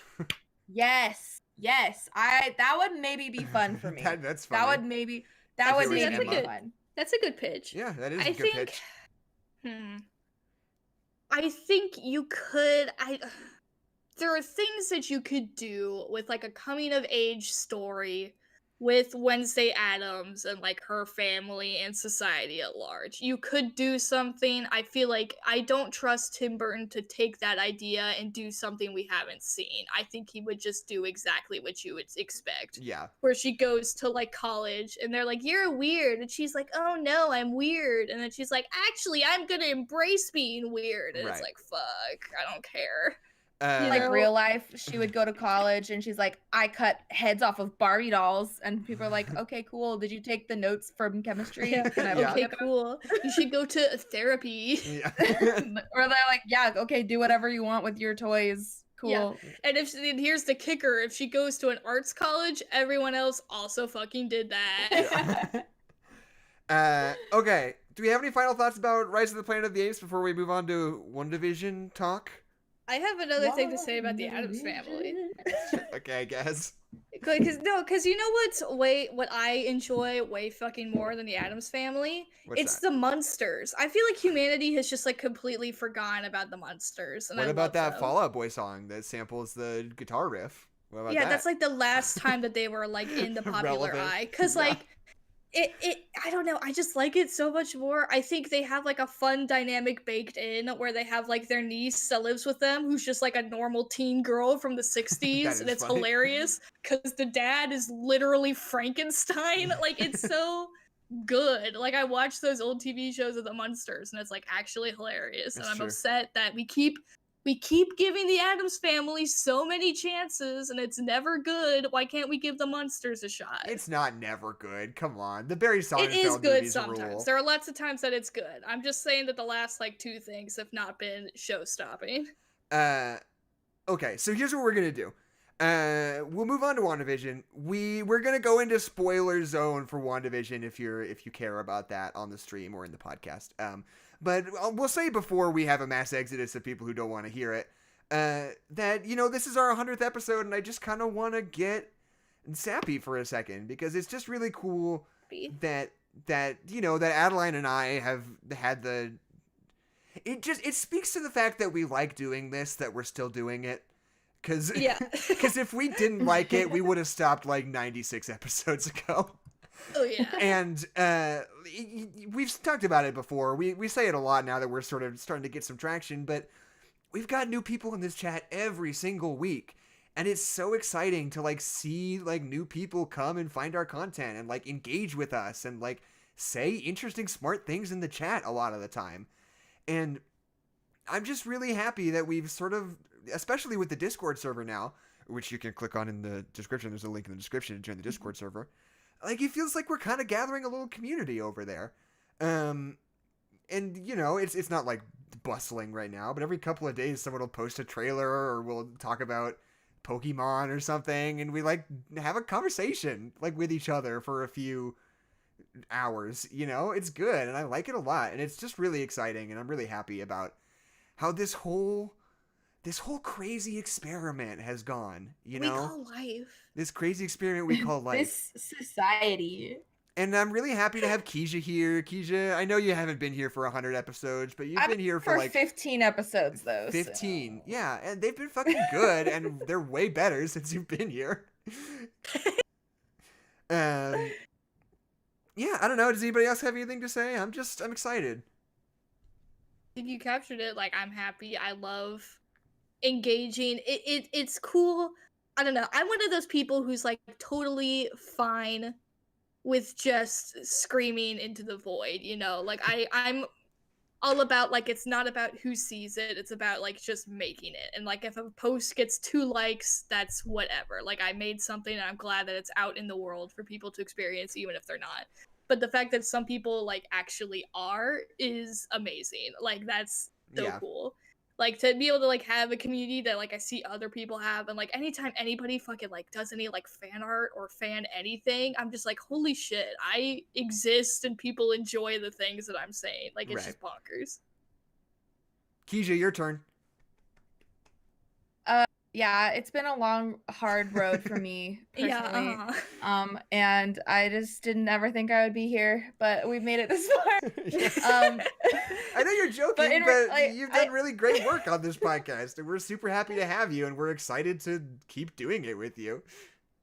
Yeah, I'm really thankful and happy to have like just like friends that share my love of cinema and other things that are silly and nerdy, if you use that word, which I don't know. I think that people just like things, and it's okay to like things, and right. It's fun to have a whole group of people. I almost said society there. Almost gotcha. It's been ingrained into my brain because of this episode. We should start our own society. Yeah, with we can apes join our society. Yes, in fact, forget the society. But it's just fun. It's fun to get to know different people all over who also like the same things that maybe we like, or maybe don't like as much, but we get to talk about it in a really fun, engaging way. So It's really cool. I'm really happy to be a part of it. So, we have neglected to do WandaVision talk for a few episodes for multiple reasons. One week we had to put it off, or we had to move the podcast up, so we didn't get to watch the newest episode, so we skipped it. And then one week we had guests, and we didn't want to be like, let's talk about WandaVision, because we didn't prep them for that. And also 1 week was Maddie, and she hadn't seen it, and we thought that she had. I just assumed that she had, but she hadn't. Seen it. Say again? She's seen it now. Oh, okay, cool. Do you want to call her in? Get her in here. Oh, I can. Yeah, let's see what she says. All right. I'll just go talk to her right now. We'll keep the people entertained. Jackson, anybody in your house who has fun things to say? I don't know. Anna might. Anna, are you still listening? Do you want to come in and join on the WandaVision talk? I kind of like this dynamic. Just get somebody. Hey. Do you want to talk about WandaVision on the podcast? Really? Like right now? She said sure. Hell yeah. Okay. She said no, and that was going to be fucking... My mom said no. My mom said I can't go. I'm calling Anna. Hold on. She's in the next room over, but just not loud enough. Do you want her to just join my sit on with me at the same computer? Yeah. Okay. Oh yeah, Maddie, you don't have to join. You can just. I'll give you a pod. Okay. I was doing something weird with my face. It came at a very emotional time for me. Being too loud? No. Are you listening? Do you want to come in and talk about WandaVision with us? I'm here. I turned it off because I thought you were going to do spoilers. But I've been invaded. I was in the middle that's right. of You haven't watched the something... newest episode yet. Yeah, I haven't. Okay, well, fine. Just fuck off and be quiet. This is what I was You want doing. me to be quiet? No, I I like it. couldn't hear Do you. you? I was trying to figure out ways to make it work Okay, with I my love you. angles of Sorry. my eyes because they're shaped Do weird. I have my capo back? Do you have my capo? I do have your capo. You can come get it if you want, I guess. Okay, I will. I love you. I love you too. Wait, I'm gonna get a chair. Okay, Maddie's here. I forgot that Anna hadn't seen the most recent episode. She didn't watch it today. I had a lot of guilt last night because I got it and like 5 people I was texting didn't, and so I felt so bad. I was like, I don't deserve It's to right see this early. Nobody knows yet. Nobody knew. We're on stream. This is the professional part of the recording. Okay. It doesn't fit through that. Yes, it does. So now we've got Maddie back. So yeah, like I was Hello. saying, we'll probably, why don't we say we just check in now and then we'll check in 2 weeks when the show's over. We don't have to do it every week because we haven't been. Gotcha. But so okay, so like elephant in the room is the whole Evan Peters thing. Like holy shit, like what the fuck, Okay. right? What I think, this is what I think. I still think that there's a multiverse. I think Catherine Hahn reached into the multiverse and she's got, Oh yeah, this of is course. the real Peter Maximoff, but she's just doing her little zip zap zop to him. And now he's being a little D-bag. Right. That's what I think. Because I had a real galaxy brain take that was proven wrong by the most recent episode, but I still want to say it because I think it makes me seem smart. Which is that Catherine Hahn was going to be the version of Scarlet Witch from the X-Men universe that, what's his name? I just said his name is, that Evan Peters is from. Evan Peters. And that's why Yeah. she was like manipulating her into bringing back Quicksilver so she could like pull her brother from the other universe that she's from into this one so they could be together again. But they didn't do that. It's fine. I'm not mad, but I'm just saying my version would have been definitely better is the thing. And I'm mad. Anyway. But Maybe okay. that'll be multiverse of madness. There are Madness. two. Well, because that's the thing, right? They're clearly setting up a lot of multiverse stuff in the sense Yeah. that, like, the next movie she's gonna be in is Doctor Strange in the Multiverse of Madness, and Spider-Man 3 is gonna have people from different universes, and Doctor Strange 2 is directed by Sam Raimi. Like, Yeah. it seems real clear that there's like for sure, almost definitely gonna be like Tobey Maguire's Spider-Man in a Doctor Strange movie, which is insane. And Doctor Strange is gonna be in Spider-Man 3, and like, there's not the Catherine Hahn reveal doesn't dissuade me from thinking that they're doing a multiverse thing. But there's one thing I'm very excited about, which is that the weird little trailer in the most recent episode says the product is called like Nexus, which is like the nexus of all realities is a Marvel thing. Yeah. And you know who guards the nexus of all realities? I remembered at Man-Thing. 1 a.m. Say it again. Man-Thing. Oh. The What does big Madam ol'- Web do? Oh, Madam Web's not even really a thing, to be honest. I was gonna say Madam Web and be really smart, but I don't No. think she's done Fucking anything for a while. Man-Thing. The nexus of all realities Yeah. is just like at a It's random J. point Jonah in a Jameson. swamp. And I want Man-Thing in the MCU with his big weird nose. You guys know what Man-Thing looks like? He's the best. Hold on. I don't know if I'm super familiar with Man Thing. Not to I'm be gonna be honest. confused with Swamp Thing from DC. Or Very different. The That's Thing. right. Or that's the right. Thing. Oh, that's right, Man Thing. It's I Yeah. know not this man. clobbering time. He's I got know like the this dude. eyebrows and the like proboscis. And he's like, Yeah, he's a very huggable fellow. yeah, he's the best. And I think that he should meet Doctor Strange and I don't know, maybe they should kiss. Be friends. Yeah. No, I think it'll be like, you know, in Labyrinth where it's the girl and like the big guy. I think it should be like that, Right. where he's like, it's like they love each other, but like in a platonic, sweet way, you know. Yeah. Anyway, my galaxy brain that LC20 is saying in the chat is that Agnes isn't a real person. Yeah, this is and Adeline's take. This is my take. I think that she is a villain that's being manufactured by Wanda's subconscious, because we've established that Wanda's doing things that she's not entirely aware of with her magic right now, And the fact that the lady came up to her and was like, don't let them make you a villain, and then immediately was revealed that there is like an actual villain of the story, makes me think that like it's definitely some way affected by like Wanda's magic, and like Wanda is like making a villain. And especially when she goes into that creepy spirit Halloween basement and sees that book with the red magic around it, that just makes me feel like even more that this is just Wanda's magic creating a villain, because she goes, because we haven't said why they're in West Point at all, right? So like if there's this weird magic that looks like her magic that's there, it's like, oh, maybe that's why she went there, or maybe that's why her magic is acting outside of her control. Like I think absolutely that it's just making a villain out of Agnes.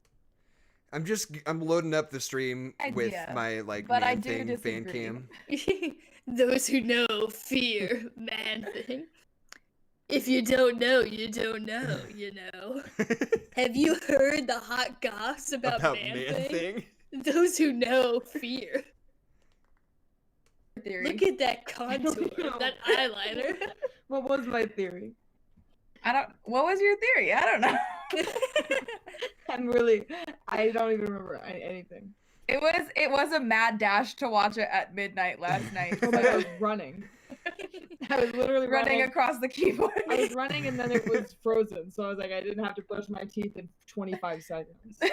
But yeah, and I mean, I think what I'm fascinated by right now is that we're out of decades of sitcoms now.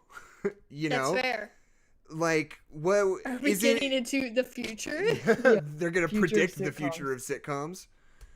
I think we might do a roundabout again, where next episode is going to be the Dick Van Dyke Show again, because all that stuff in the house was going back in time. I think that might be what we're doing. Or it might just be like in the last 2 episodes they do like, you know, it's like everything all at once. It's like moving in between different aesthetics. Yeah. I still think that Catherine Hahn is too much of a red herring, or a purple herring, I guess. In this instance.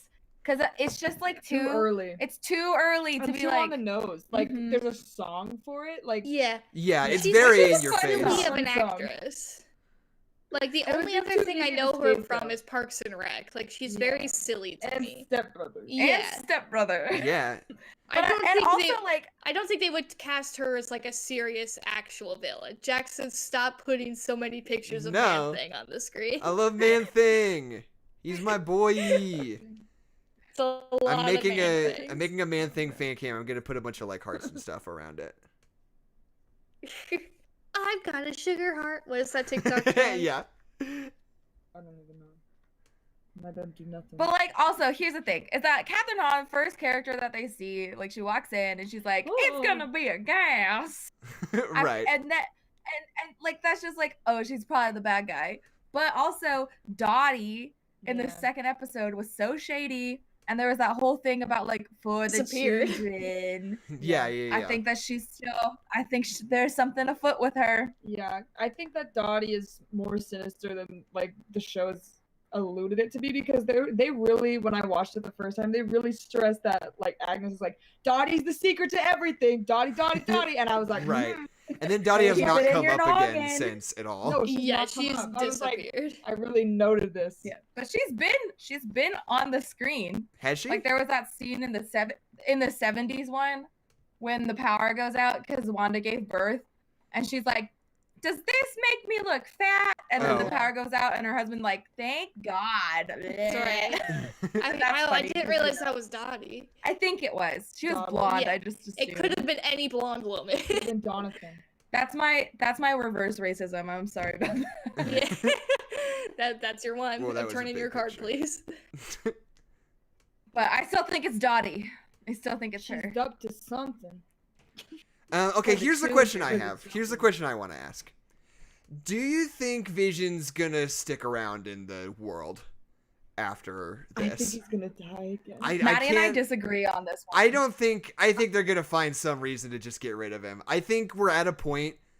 I mean, look, I don't know. Either Marvel is just gonna go on forever, and they're gonna keep every character in play indefinitely, which I think could happen, but I don't think it's likely.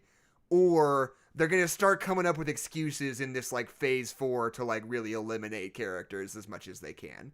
So I think they're talking a lot about like facing grief in this episode, and I Right. think it is gonna be like she just has to deal with the fact that he's gone. Yeah, she people has are to let always him gonna go. try to use him as a super weapon. Uh-huh. Yeah.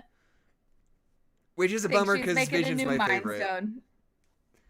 I know you love Vision. You love Vision in sweaters. You're not gonna see him in a sweater. Vision's my anymore. number one boy in all I media. can't watch him die again. I know. God, that Infinity War fucked up. It's real sad. Yeah. And he's so good, and he's been so good in all of these different sitcom eras. Yeah, he's Like great. both, I know. like Paul Bettany and Elizabeth Olsen are so good in each one. And I also, I Remember think, at the I want beginning to of point out, Infinity like, War, where the Vision shows up and he's just like a guy, and everybody just had to kind of deal with that for a second before it turned into the Vision again. right. I mean, I think that's really good. I think it's just Magnetic efficient head. storytelling. I know, it was just funny because we had never established that before. But I do think that, I think he's Like- gonna win. I want to sort of appreciate that. Oh, this isn't a transparent image. This is just one of those dumb Google images that has a checkerboard background. Sorry, I'm dividing my attention. Yeah, because you're just finding more pictures of Man-Thing. No, I'm finding hearts now. But like I don't We're know. I not just want looking to at the active screen. point out like the really We just saw the Man Thing. the really subtle like sort of like the difference in acting techniques that all of these characters are doing like between these different episodes. And there are times when there are like contexts where they're like sort of just like tweaking their acting style just ever so slightly to fit like multiple different tones at the same time, you know? Like straddling the line between like, you know, modern Marvel Cinematic Universe style performance and like 90s sitcom performance. And it's like trying to sort of like split the difference and feel like with a foot in each camp while like having a really sure hand on the dial, like knowing exactly where they need to tweak it one way or another, you know? I think it is absolutely astonishing the performances that Elizabeth Olsen and Paul Bettany are giving in this show. Oh, yeah. Did we already talk about the end credit scene? Oh, we did right. not. Yeah. What did Snoop's it mean gonna when Evan snoop. Peter said Snoop was gonna snoop? What was that about? Yeah, I don't know. That kept me She off. was snooping. It didn't need to Why be did you think said. Snoop was gonna snoop? Because that's what they say in the 2000s. But then why was he there? Why was he snooping Snoop? Because She's evil, remember? He's Yeah. being controlled by the witch lady. Listen, it was 1 a.m. It was early. That's fair. I was That's like, really what's fair. Evan The Peters The doing? processing power wasn't there at 1 a.m. But yeah, the performances are just like it takes so much nuance and like understanding of each decade and also a love. Like before Maddie watched this, I knew that she was gonna love it because like we watched like Bewitched as a We family. three sons. My We- three sons. Yeah. Petticoat Junction. We three sons. The Orientar. Weird. It's called My Three Sons. It's called My Three Sons. I The love Brady that show. Bunch. Maddie loves the Brady Bunch more than anything, It's or true. anyone for that matter. Petticoat. I can't find any good transparent So- heart borders. That's okay. No, it's not okay. We all know. No. I'll I sing love the fan man cam song. thing. They're implied. Love me, say that you love me. But make it about Man Thing. I told them Yeah. about Mothra. Oh yeah. Come Mothra, on, man. Mothra. Say that you're Mothra. But it's... Yeah, that's perfect. See, it's a Mothra song. It's a fan cam about Man Thing X Mothra. He's Wow. got moths around. Oh my him god, and yeah, everything. Yeah. yes. He See, would I treat don't- her way better than Godzilla does. I don't know if I Absolutely true. actually think that Man Thing is gonna show up in the MCU. I think it is possible, though. I think it I may think or what may not setting? happen. I think he could squeeze his way into Doctor Strange. That's what I'm pretty thinking. I strange. think there's a pretty good chance Man-Thing could pop up in Multiverse of Madness. Or definitely. even Guardians maybe. Yeah, I guess. What's He's a the pretty earthbound terrestrial guy. thing? He lives in a I swamp. know, but There's like swamps in other planets.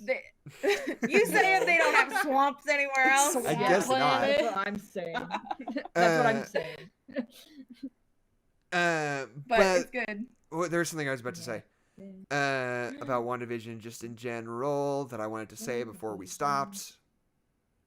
And I don't remember what it was. Man-Thing? It's great. It's really good. You know what? If they kill Vision, but they bring in Man-Thing pretty soon, That's what everyone wants. it'll be all Okay, right in my Jackson, book. what if they put What if- Man-Thing in a sweater? Would you feel good then? Fucking rule. I was gonna say, what if Man-Thing is also played by Paul Bettany? Yeah, there we go. They just keep Because- putting Paul Bettany in different roles in the MCU, just Yeah, Or they just shuffling keep him putting around. funny masks on him, so you just Yeah. can't tell, but it's still him. Really mad. That would be so fucking or Doug Jones makes his way into the good. MCU. And into Ooh. our hearts. Doug Why Jones do you as hate Doug Man-Thing? Jones? I hate you. Doug Jones belongs in the MCU. Oh man, that would rule. Who's your perfect Man-Thing fan cast, Adeline? I think John Cena. Yeah. Oh. What if we got Schwarzenegger? No, he's too No, old. he's too old. That's He what's couldn't- good about it, though. I would want him to be guess super old. Yeah, he He's can so be, like wrinkly. slow and sweet. Be all wrinkly and say- nice. Whoever played Abbott and Costello in Arrival. Oh, Yeah. The joke those is that they're guys. CGI. Those guys don't They get a look- lot of work these days. Yeah. I know. I think, and they did an excellent job. Yeah, they really So. did. And they've already worked with Jeremy Renner, so Somebody tried to tell me that Jeremy Arrival Renner. was bad the other day, and I was gonna throw hands because fucking Arrival's Yeah. so good.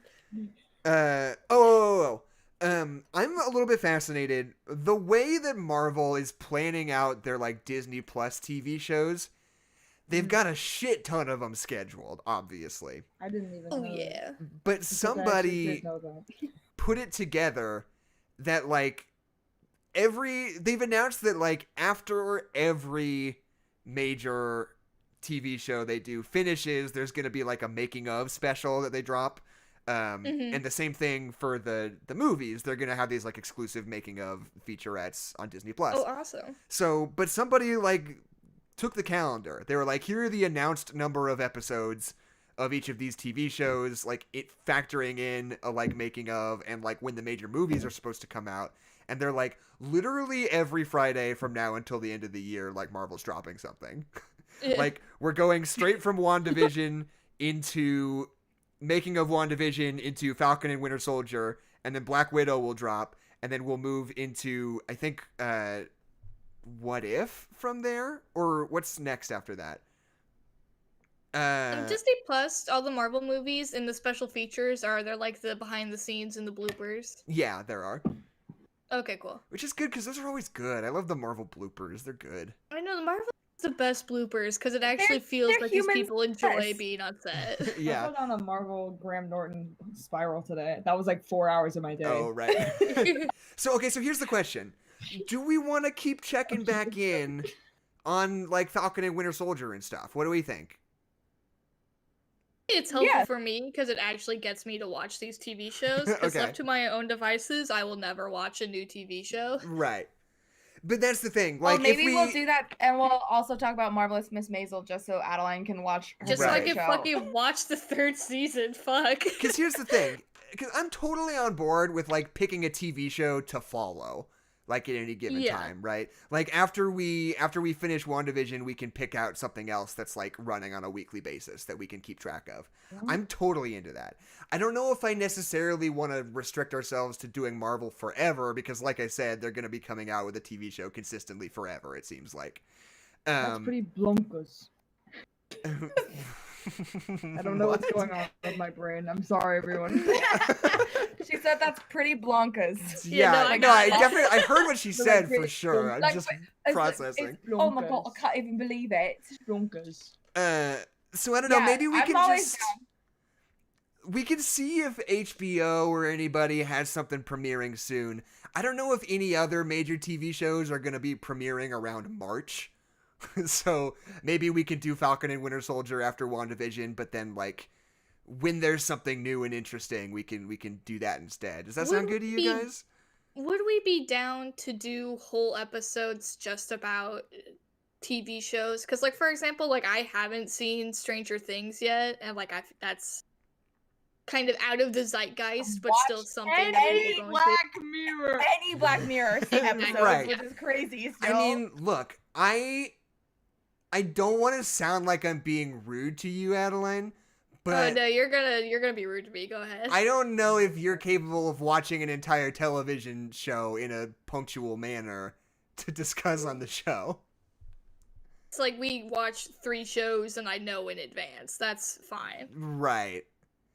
I think I always watch the movies, Jackson. I think you have this illusion that I don't watch the films. I always watch the movies. I just think that if we're gonna do TV consistently, I want it to be new stuff that's coming out on a weekly basis. we could also Okay. just do it pizza Black party style, Mirror. where whenever Adeline finishes, we celebrate with we talk about it on the podcast. Right? Maybe. Okay, so yeah, off mic, I'll do some research. I'll look at the television schedule for the next few months and see. We could do. Let's do that One episode show of Black Mirror. that Alan Tudyk is doing. Oh yeah, that weird like, alien where he's show. an alien. It might be good. I don't know know. actually. It The might. Neighbors. The Neighbors. Maybe No we one can, knows like- about that. Maybe we can like dip our toes in, like do a couple of pilots. Maybe that might be fun. Or one episode, one of episode Black Mirror. It takes 45 minutes to an hour and a half. You get a complete Yeah. story, Oh, that sounds great. nuance. Uh, I'm saying. Nuance. Okay, let's wrap it up. Maddie will come talk about Black I will Mirror. talk about Black Mirror every day of my life. I didn't think to look up a review ahead of time, which is my bad. And I'm the one who's not prepared. But, and also Adeline, that Yeah. me saying that is not totally about you not watching the movies, because you've been good about that lately. But it is more about you not watching TV ever. No, but that's because I just can't motivate myself to do it. If I have a Right. motivation and an obligation, I will do it. Yeah, pizza party Oh, that's style. also true. That's fair. OC brings up another thing of Infinity Train 4. I think that's a Oh thing. yeah, It's maybe that could animated. be fun. I haven't watched the Black first 3, Mirror. but I haven't either. It looks good. Maddie, you're not even on this podcast. I know. I just think that you should watch Black Yeah, Mirror. just we don't even talk about it. You should As just a watch person. it. You don't even go here, It's Maddie. So good. I'm busy cutting up my sticky note right now. You can't see me, but that's what I'm doing. I can confirm that's what she's doing.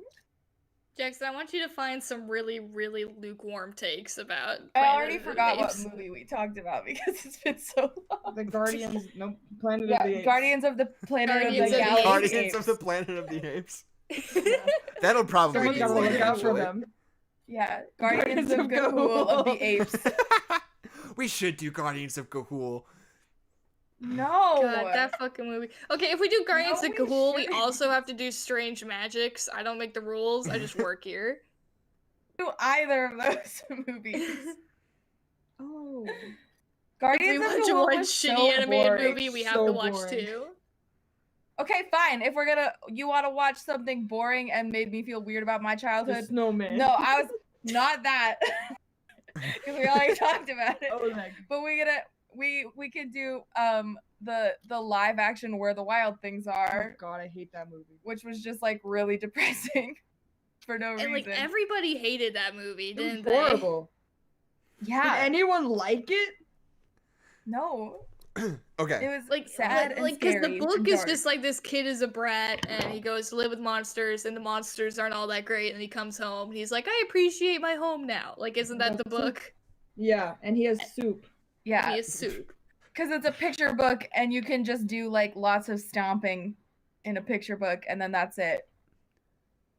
I don't know. So hey, would you I guys don't like know. to They hear died? a 1-star review of Rise of the Planet of the Apes? No, but go Yes. for it. So this review Maddie, comes how about from you? I would love to. this review comes from letterboxd.com. Alcie in the chat says they're gonna watch Tenet after this. Stop me dead in my Tenet tracks. convert! Tenet, Tenet convert! Tenet Hive, Tenet Squad, rise Hey, up. welcome to the temporal pincer movement. Hey, God fucking damn it. we're the fuck yes. Okay. Okay, where was I? This. Oh wait, Keisha, do you want to plug first? Plug.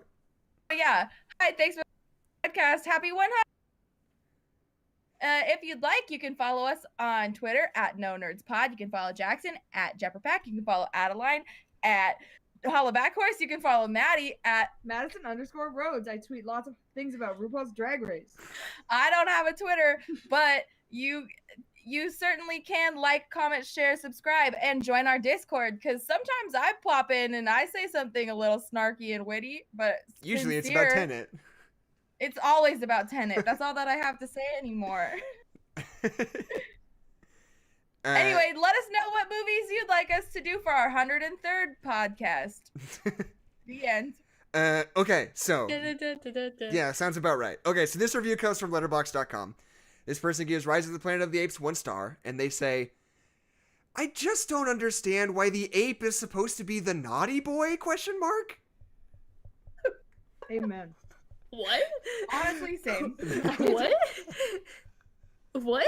Why is he supposed to be the naughty boy? Wait, he's not the What naughty is- boy. Who's to say? Well, He's a good boy. who was supposed to be the naughty boy then? Yeah, do they want somebody else to be the naughty boy? Who did they think was the naughty boy? I mean, David Oyelowo is a pretty naughty boy in this. He's a pretty naughty boy. He Point of view. does drugs to animals. Anyway, my name's Jackson McMurray. My name's Adeline McMurray. Kezia Rhodes. And my name is Toby Maguire. And this Cool. has been No Nerds Allowed. Thank you. I really like the phrase "does drugs to animals." That makes He me laugh does. very much. And yeah, doing drugs to animals is not okay. Gooby. Nobody ever watched Gooby. Oh. Maddie, God. I think you need Just to saying. leave, Maddie. You're bringing I an was not energy. prepared for this. You're bringing to I this was energy sitting in my to this room. podcast that I don't like fully understand. Like I can't wrap my brain around it. It's especially today. I was just sitting here. I wasn't ready for this. No, we ambushed her. Anyway, have you guys seen Gooby? I'm just saying. I've stop seen- being It's a movie. to watch. I've seen the particular YouTube videos of people watching Gooby. Gooby. Maddie haven't- has watched it multiple times, Oh, okay. right? All right. No. No? I've never seen Gooby. I I've thought been you waiting. watched No, I've it. never seen it. And you still talk about it that much? Mhm. It's influence. I get it. Maybe we bring And Maddie the back next to do time I'm Gooby. on, It's To for do Gooby. Gooby. Okay, yeah, well, Gooby. all right. All right, put it on the calendar. Yeah, get it on there. Okay, that's We'll it. yell Yeah, Gooby. thank you guys for 100. I think Alcee is the only Okay. person who stuck around for WandaVision spoilers, but we appreciate you. Yeah. And yeah, I don't know. What do you guys think? Maybe we could just do. No, we have our stuff pretty booked up. I don't think we could do that. I was gonna say maybe we could just do a whole WandaVision episode once it's done, but we've kind of covered a lot, and we don't really have a space for it, so we won't. Yeah, so shut the fuck up, Jackson. Yeah, that's all. Thank you guys so much. If anybody's still around besides Alcee, or maybe you're listening later, but I said it all And not earlier, co- but and not commenting. That's fine too. yeah, you don't have to. And this is just great, and I'm really excited about having 100 now. I can tell people I've done 100 episodes of a podcast, and nobody listened to about 80 of them, but that's Yeah. perseverance. Although And you only have to guys, do 9,900 more to master it. and you Yeah. guys seem to have been going back into the back catalog way more than I was expecting, and I don't 100% know if I feel good about it. Not that I want to discourage No, it's you, weird. but like I don't know. I just always feel like we get better at this as we go, and it's weird to think that Yeah. that like Bugs Life episode is still a talking point now, which is like I don't know. It's so cool. It's so cool that you guys care and want to hear us talk about the it. thing It's that just we do. weird. Yeah. And who would have thought that this stupid little internet show could become something so beautiful? That's the You're thing. the that, most important people in our lives. That's the thing that YouTubers say all the time that I fucking hate. Yeah. Uh, yeah. We're friends in real life, listener. It's not even Come that. over It's my just like, house. and who would have thought that me just fucking playing video games and yelling could become so Yelling important the to so N-word. many people? And I, like Yeah. pretend like they, whatever, doesn't Like matter. they're- I don't care. They're just shitting on themselves. So it's like, Yeah. well, no, that's not what I like. Yeah. Anyway, So yeah, that's it. Thank you guys. I'm gonna stop the stream for sure, and we'll see you guys next week. Oh, and next week we're covering Pokemon Forever with Tabby. So look forward to that, episode 101, and we'll see you And then. next week, Gooby.